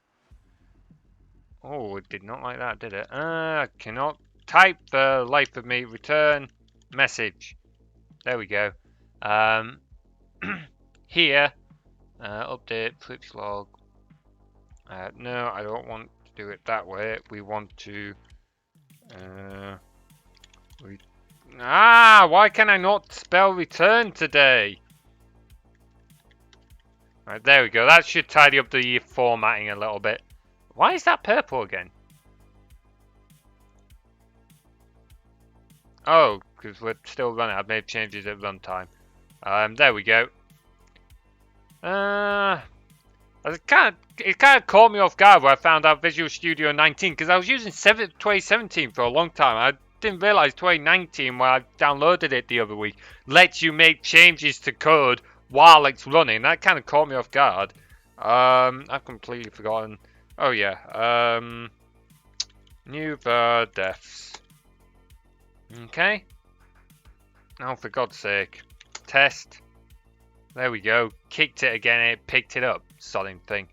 Right, so defs plus exclamation mark 32. Let's see if that looks a tidier. Yep, there we go. Engine variable error. But it's still not right into chat, and I don't know why that's not working. And the thing is, I've not even like touched the thing of why it freezes after 10-15 minutes. I did look at that the other night, but I couldn't figure out why it wasn't working. Like, I don't know if that's something with my app or if it's like just Windows noticing it. No, because my app's still running. So it's definitely something with the app. I don't know if like the buffer's getting full, if the stream buffer's getting full. I don't think I've encountered that before. So I don't think it is. I wonder if it's worth periodically. Can we do... just have a quick look at it. Out of pure curiosity, can we do... Can we do sreader.flush?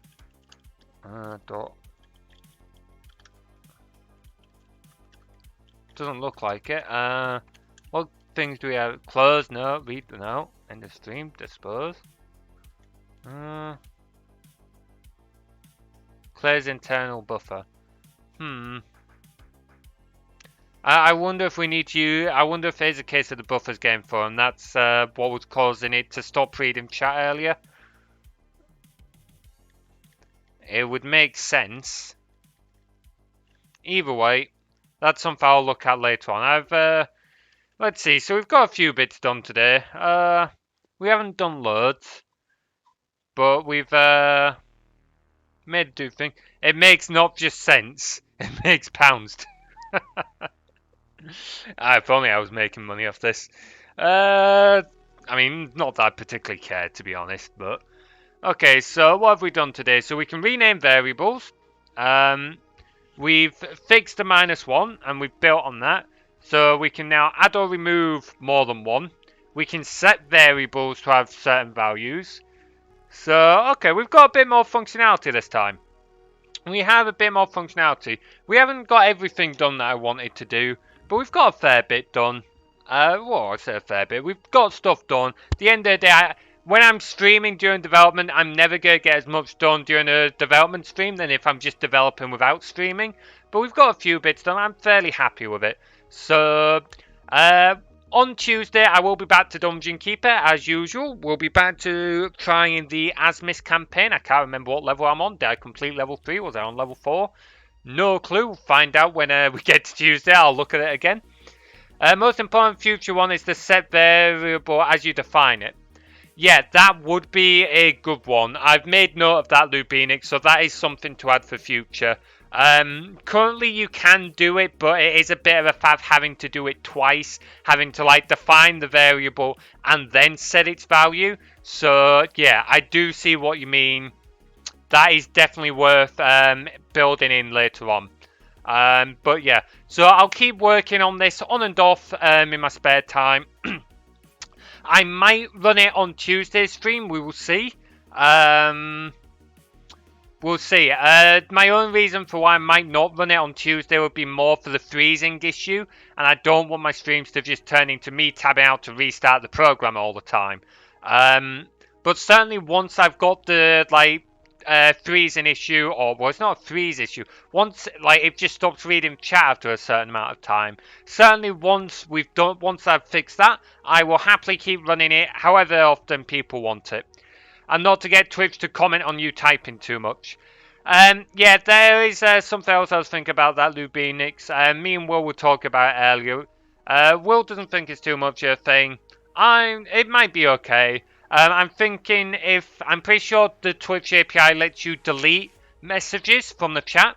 So I might, I need to set up a settings class for this. I might import, well no, I can't import my settings class from Stream AFK game because that's actually got a bunch of settings that won't be relevant to this.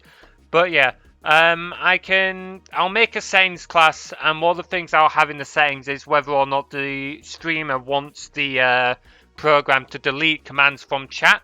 It would only delete commands that have successfully gone through, but it is something that would help tidy chat up. Yeah, it would help if we can define and set in one go. So it is just an ease of life thing, that. So that's something else to have later on. Anyway, so thank you very much for watching, guys. I appreciate, as I've said before, streaming. Code streams are not as fun as the Dungeon Keep ones, but I enjoy doing them. It shows people what things like this are in. And I'm not going to do them very often. It'll be like once every 3-4 weeks, 2 to 4 weeks. I don't know, once a month. We'll see. Certainly, I'll be back to Dungeon Keeper, and I'll try and get this done up in the meantime. We'll see how much time I have. I've got other things I've got to do before then. Alright guys, take care of yourselves and have a good weekend.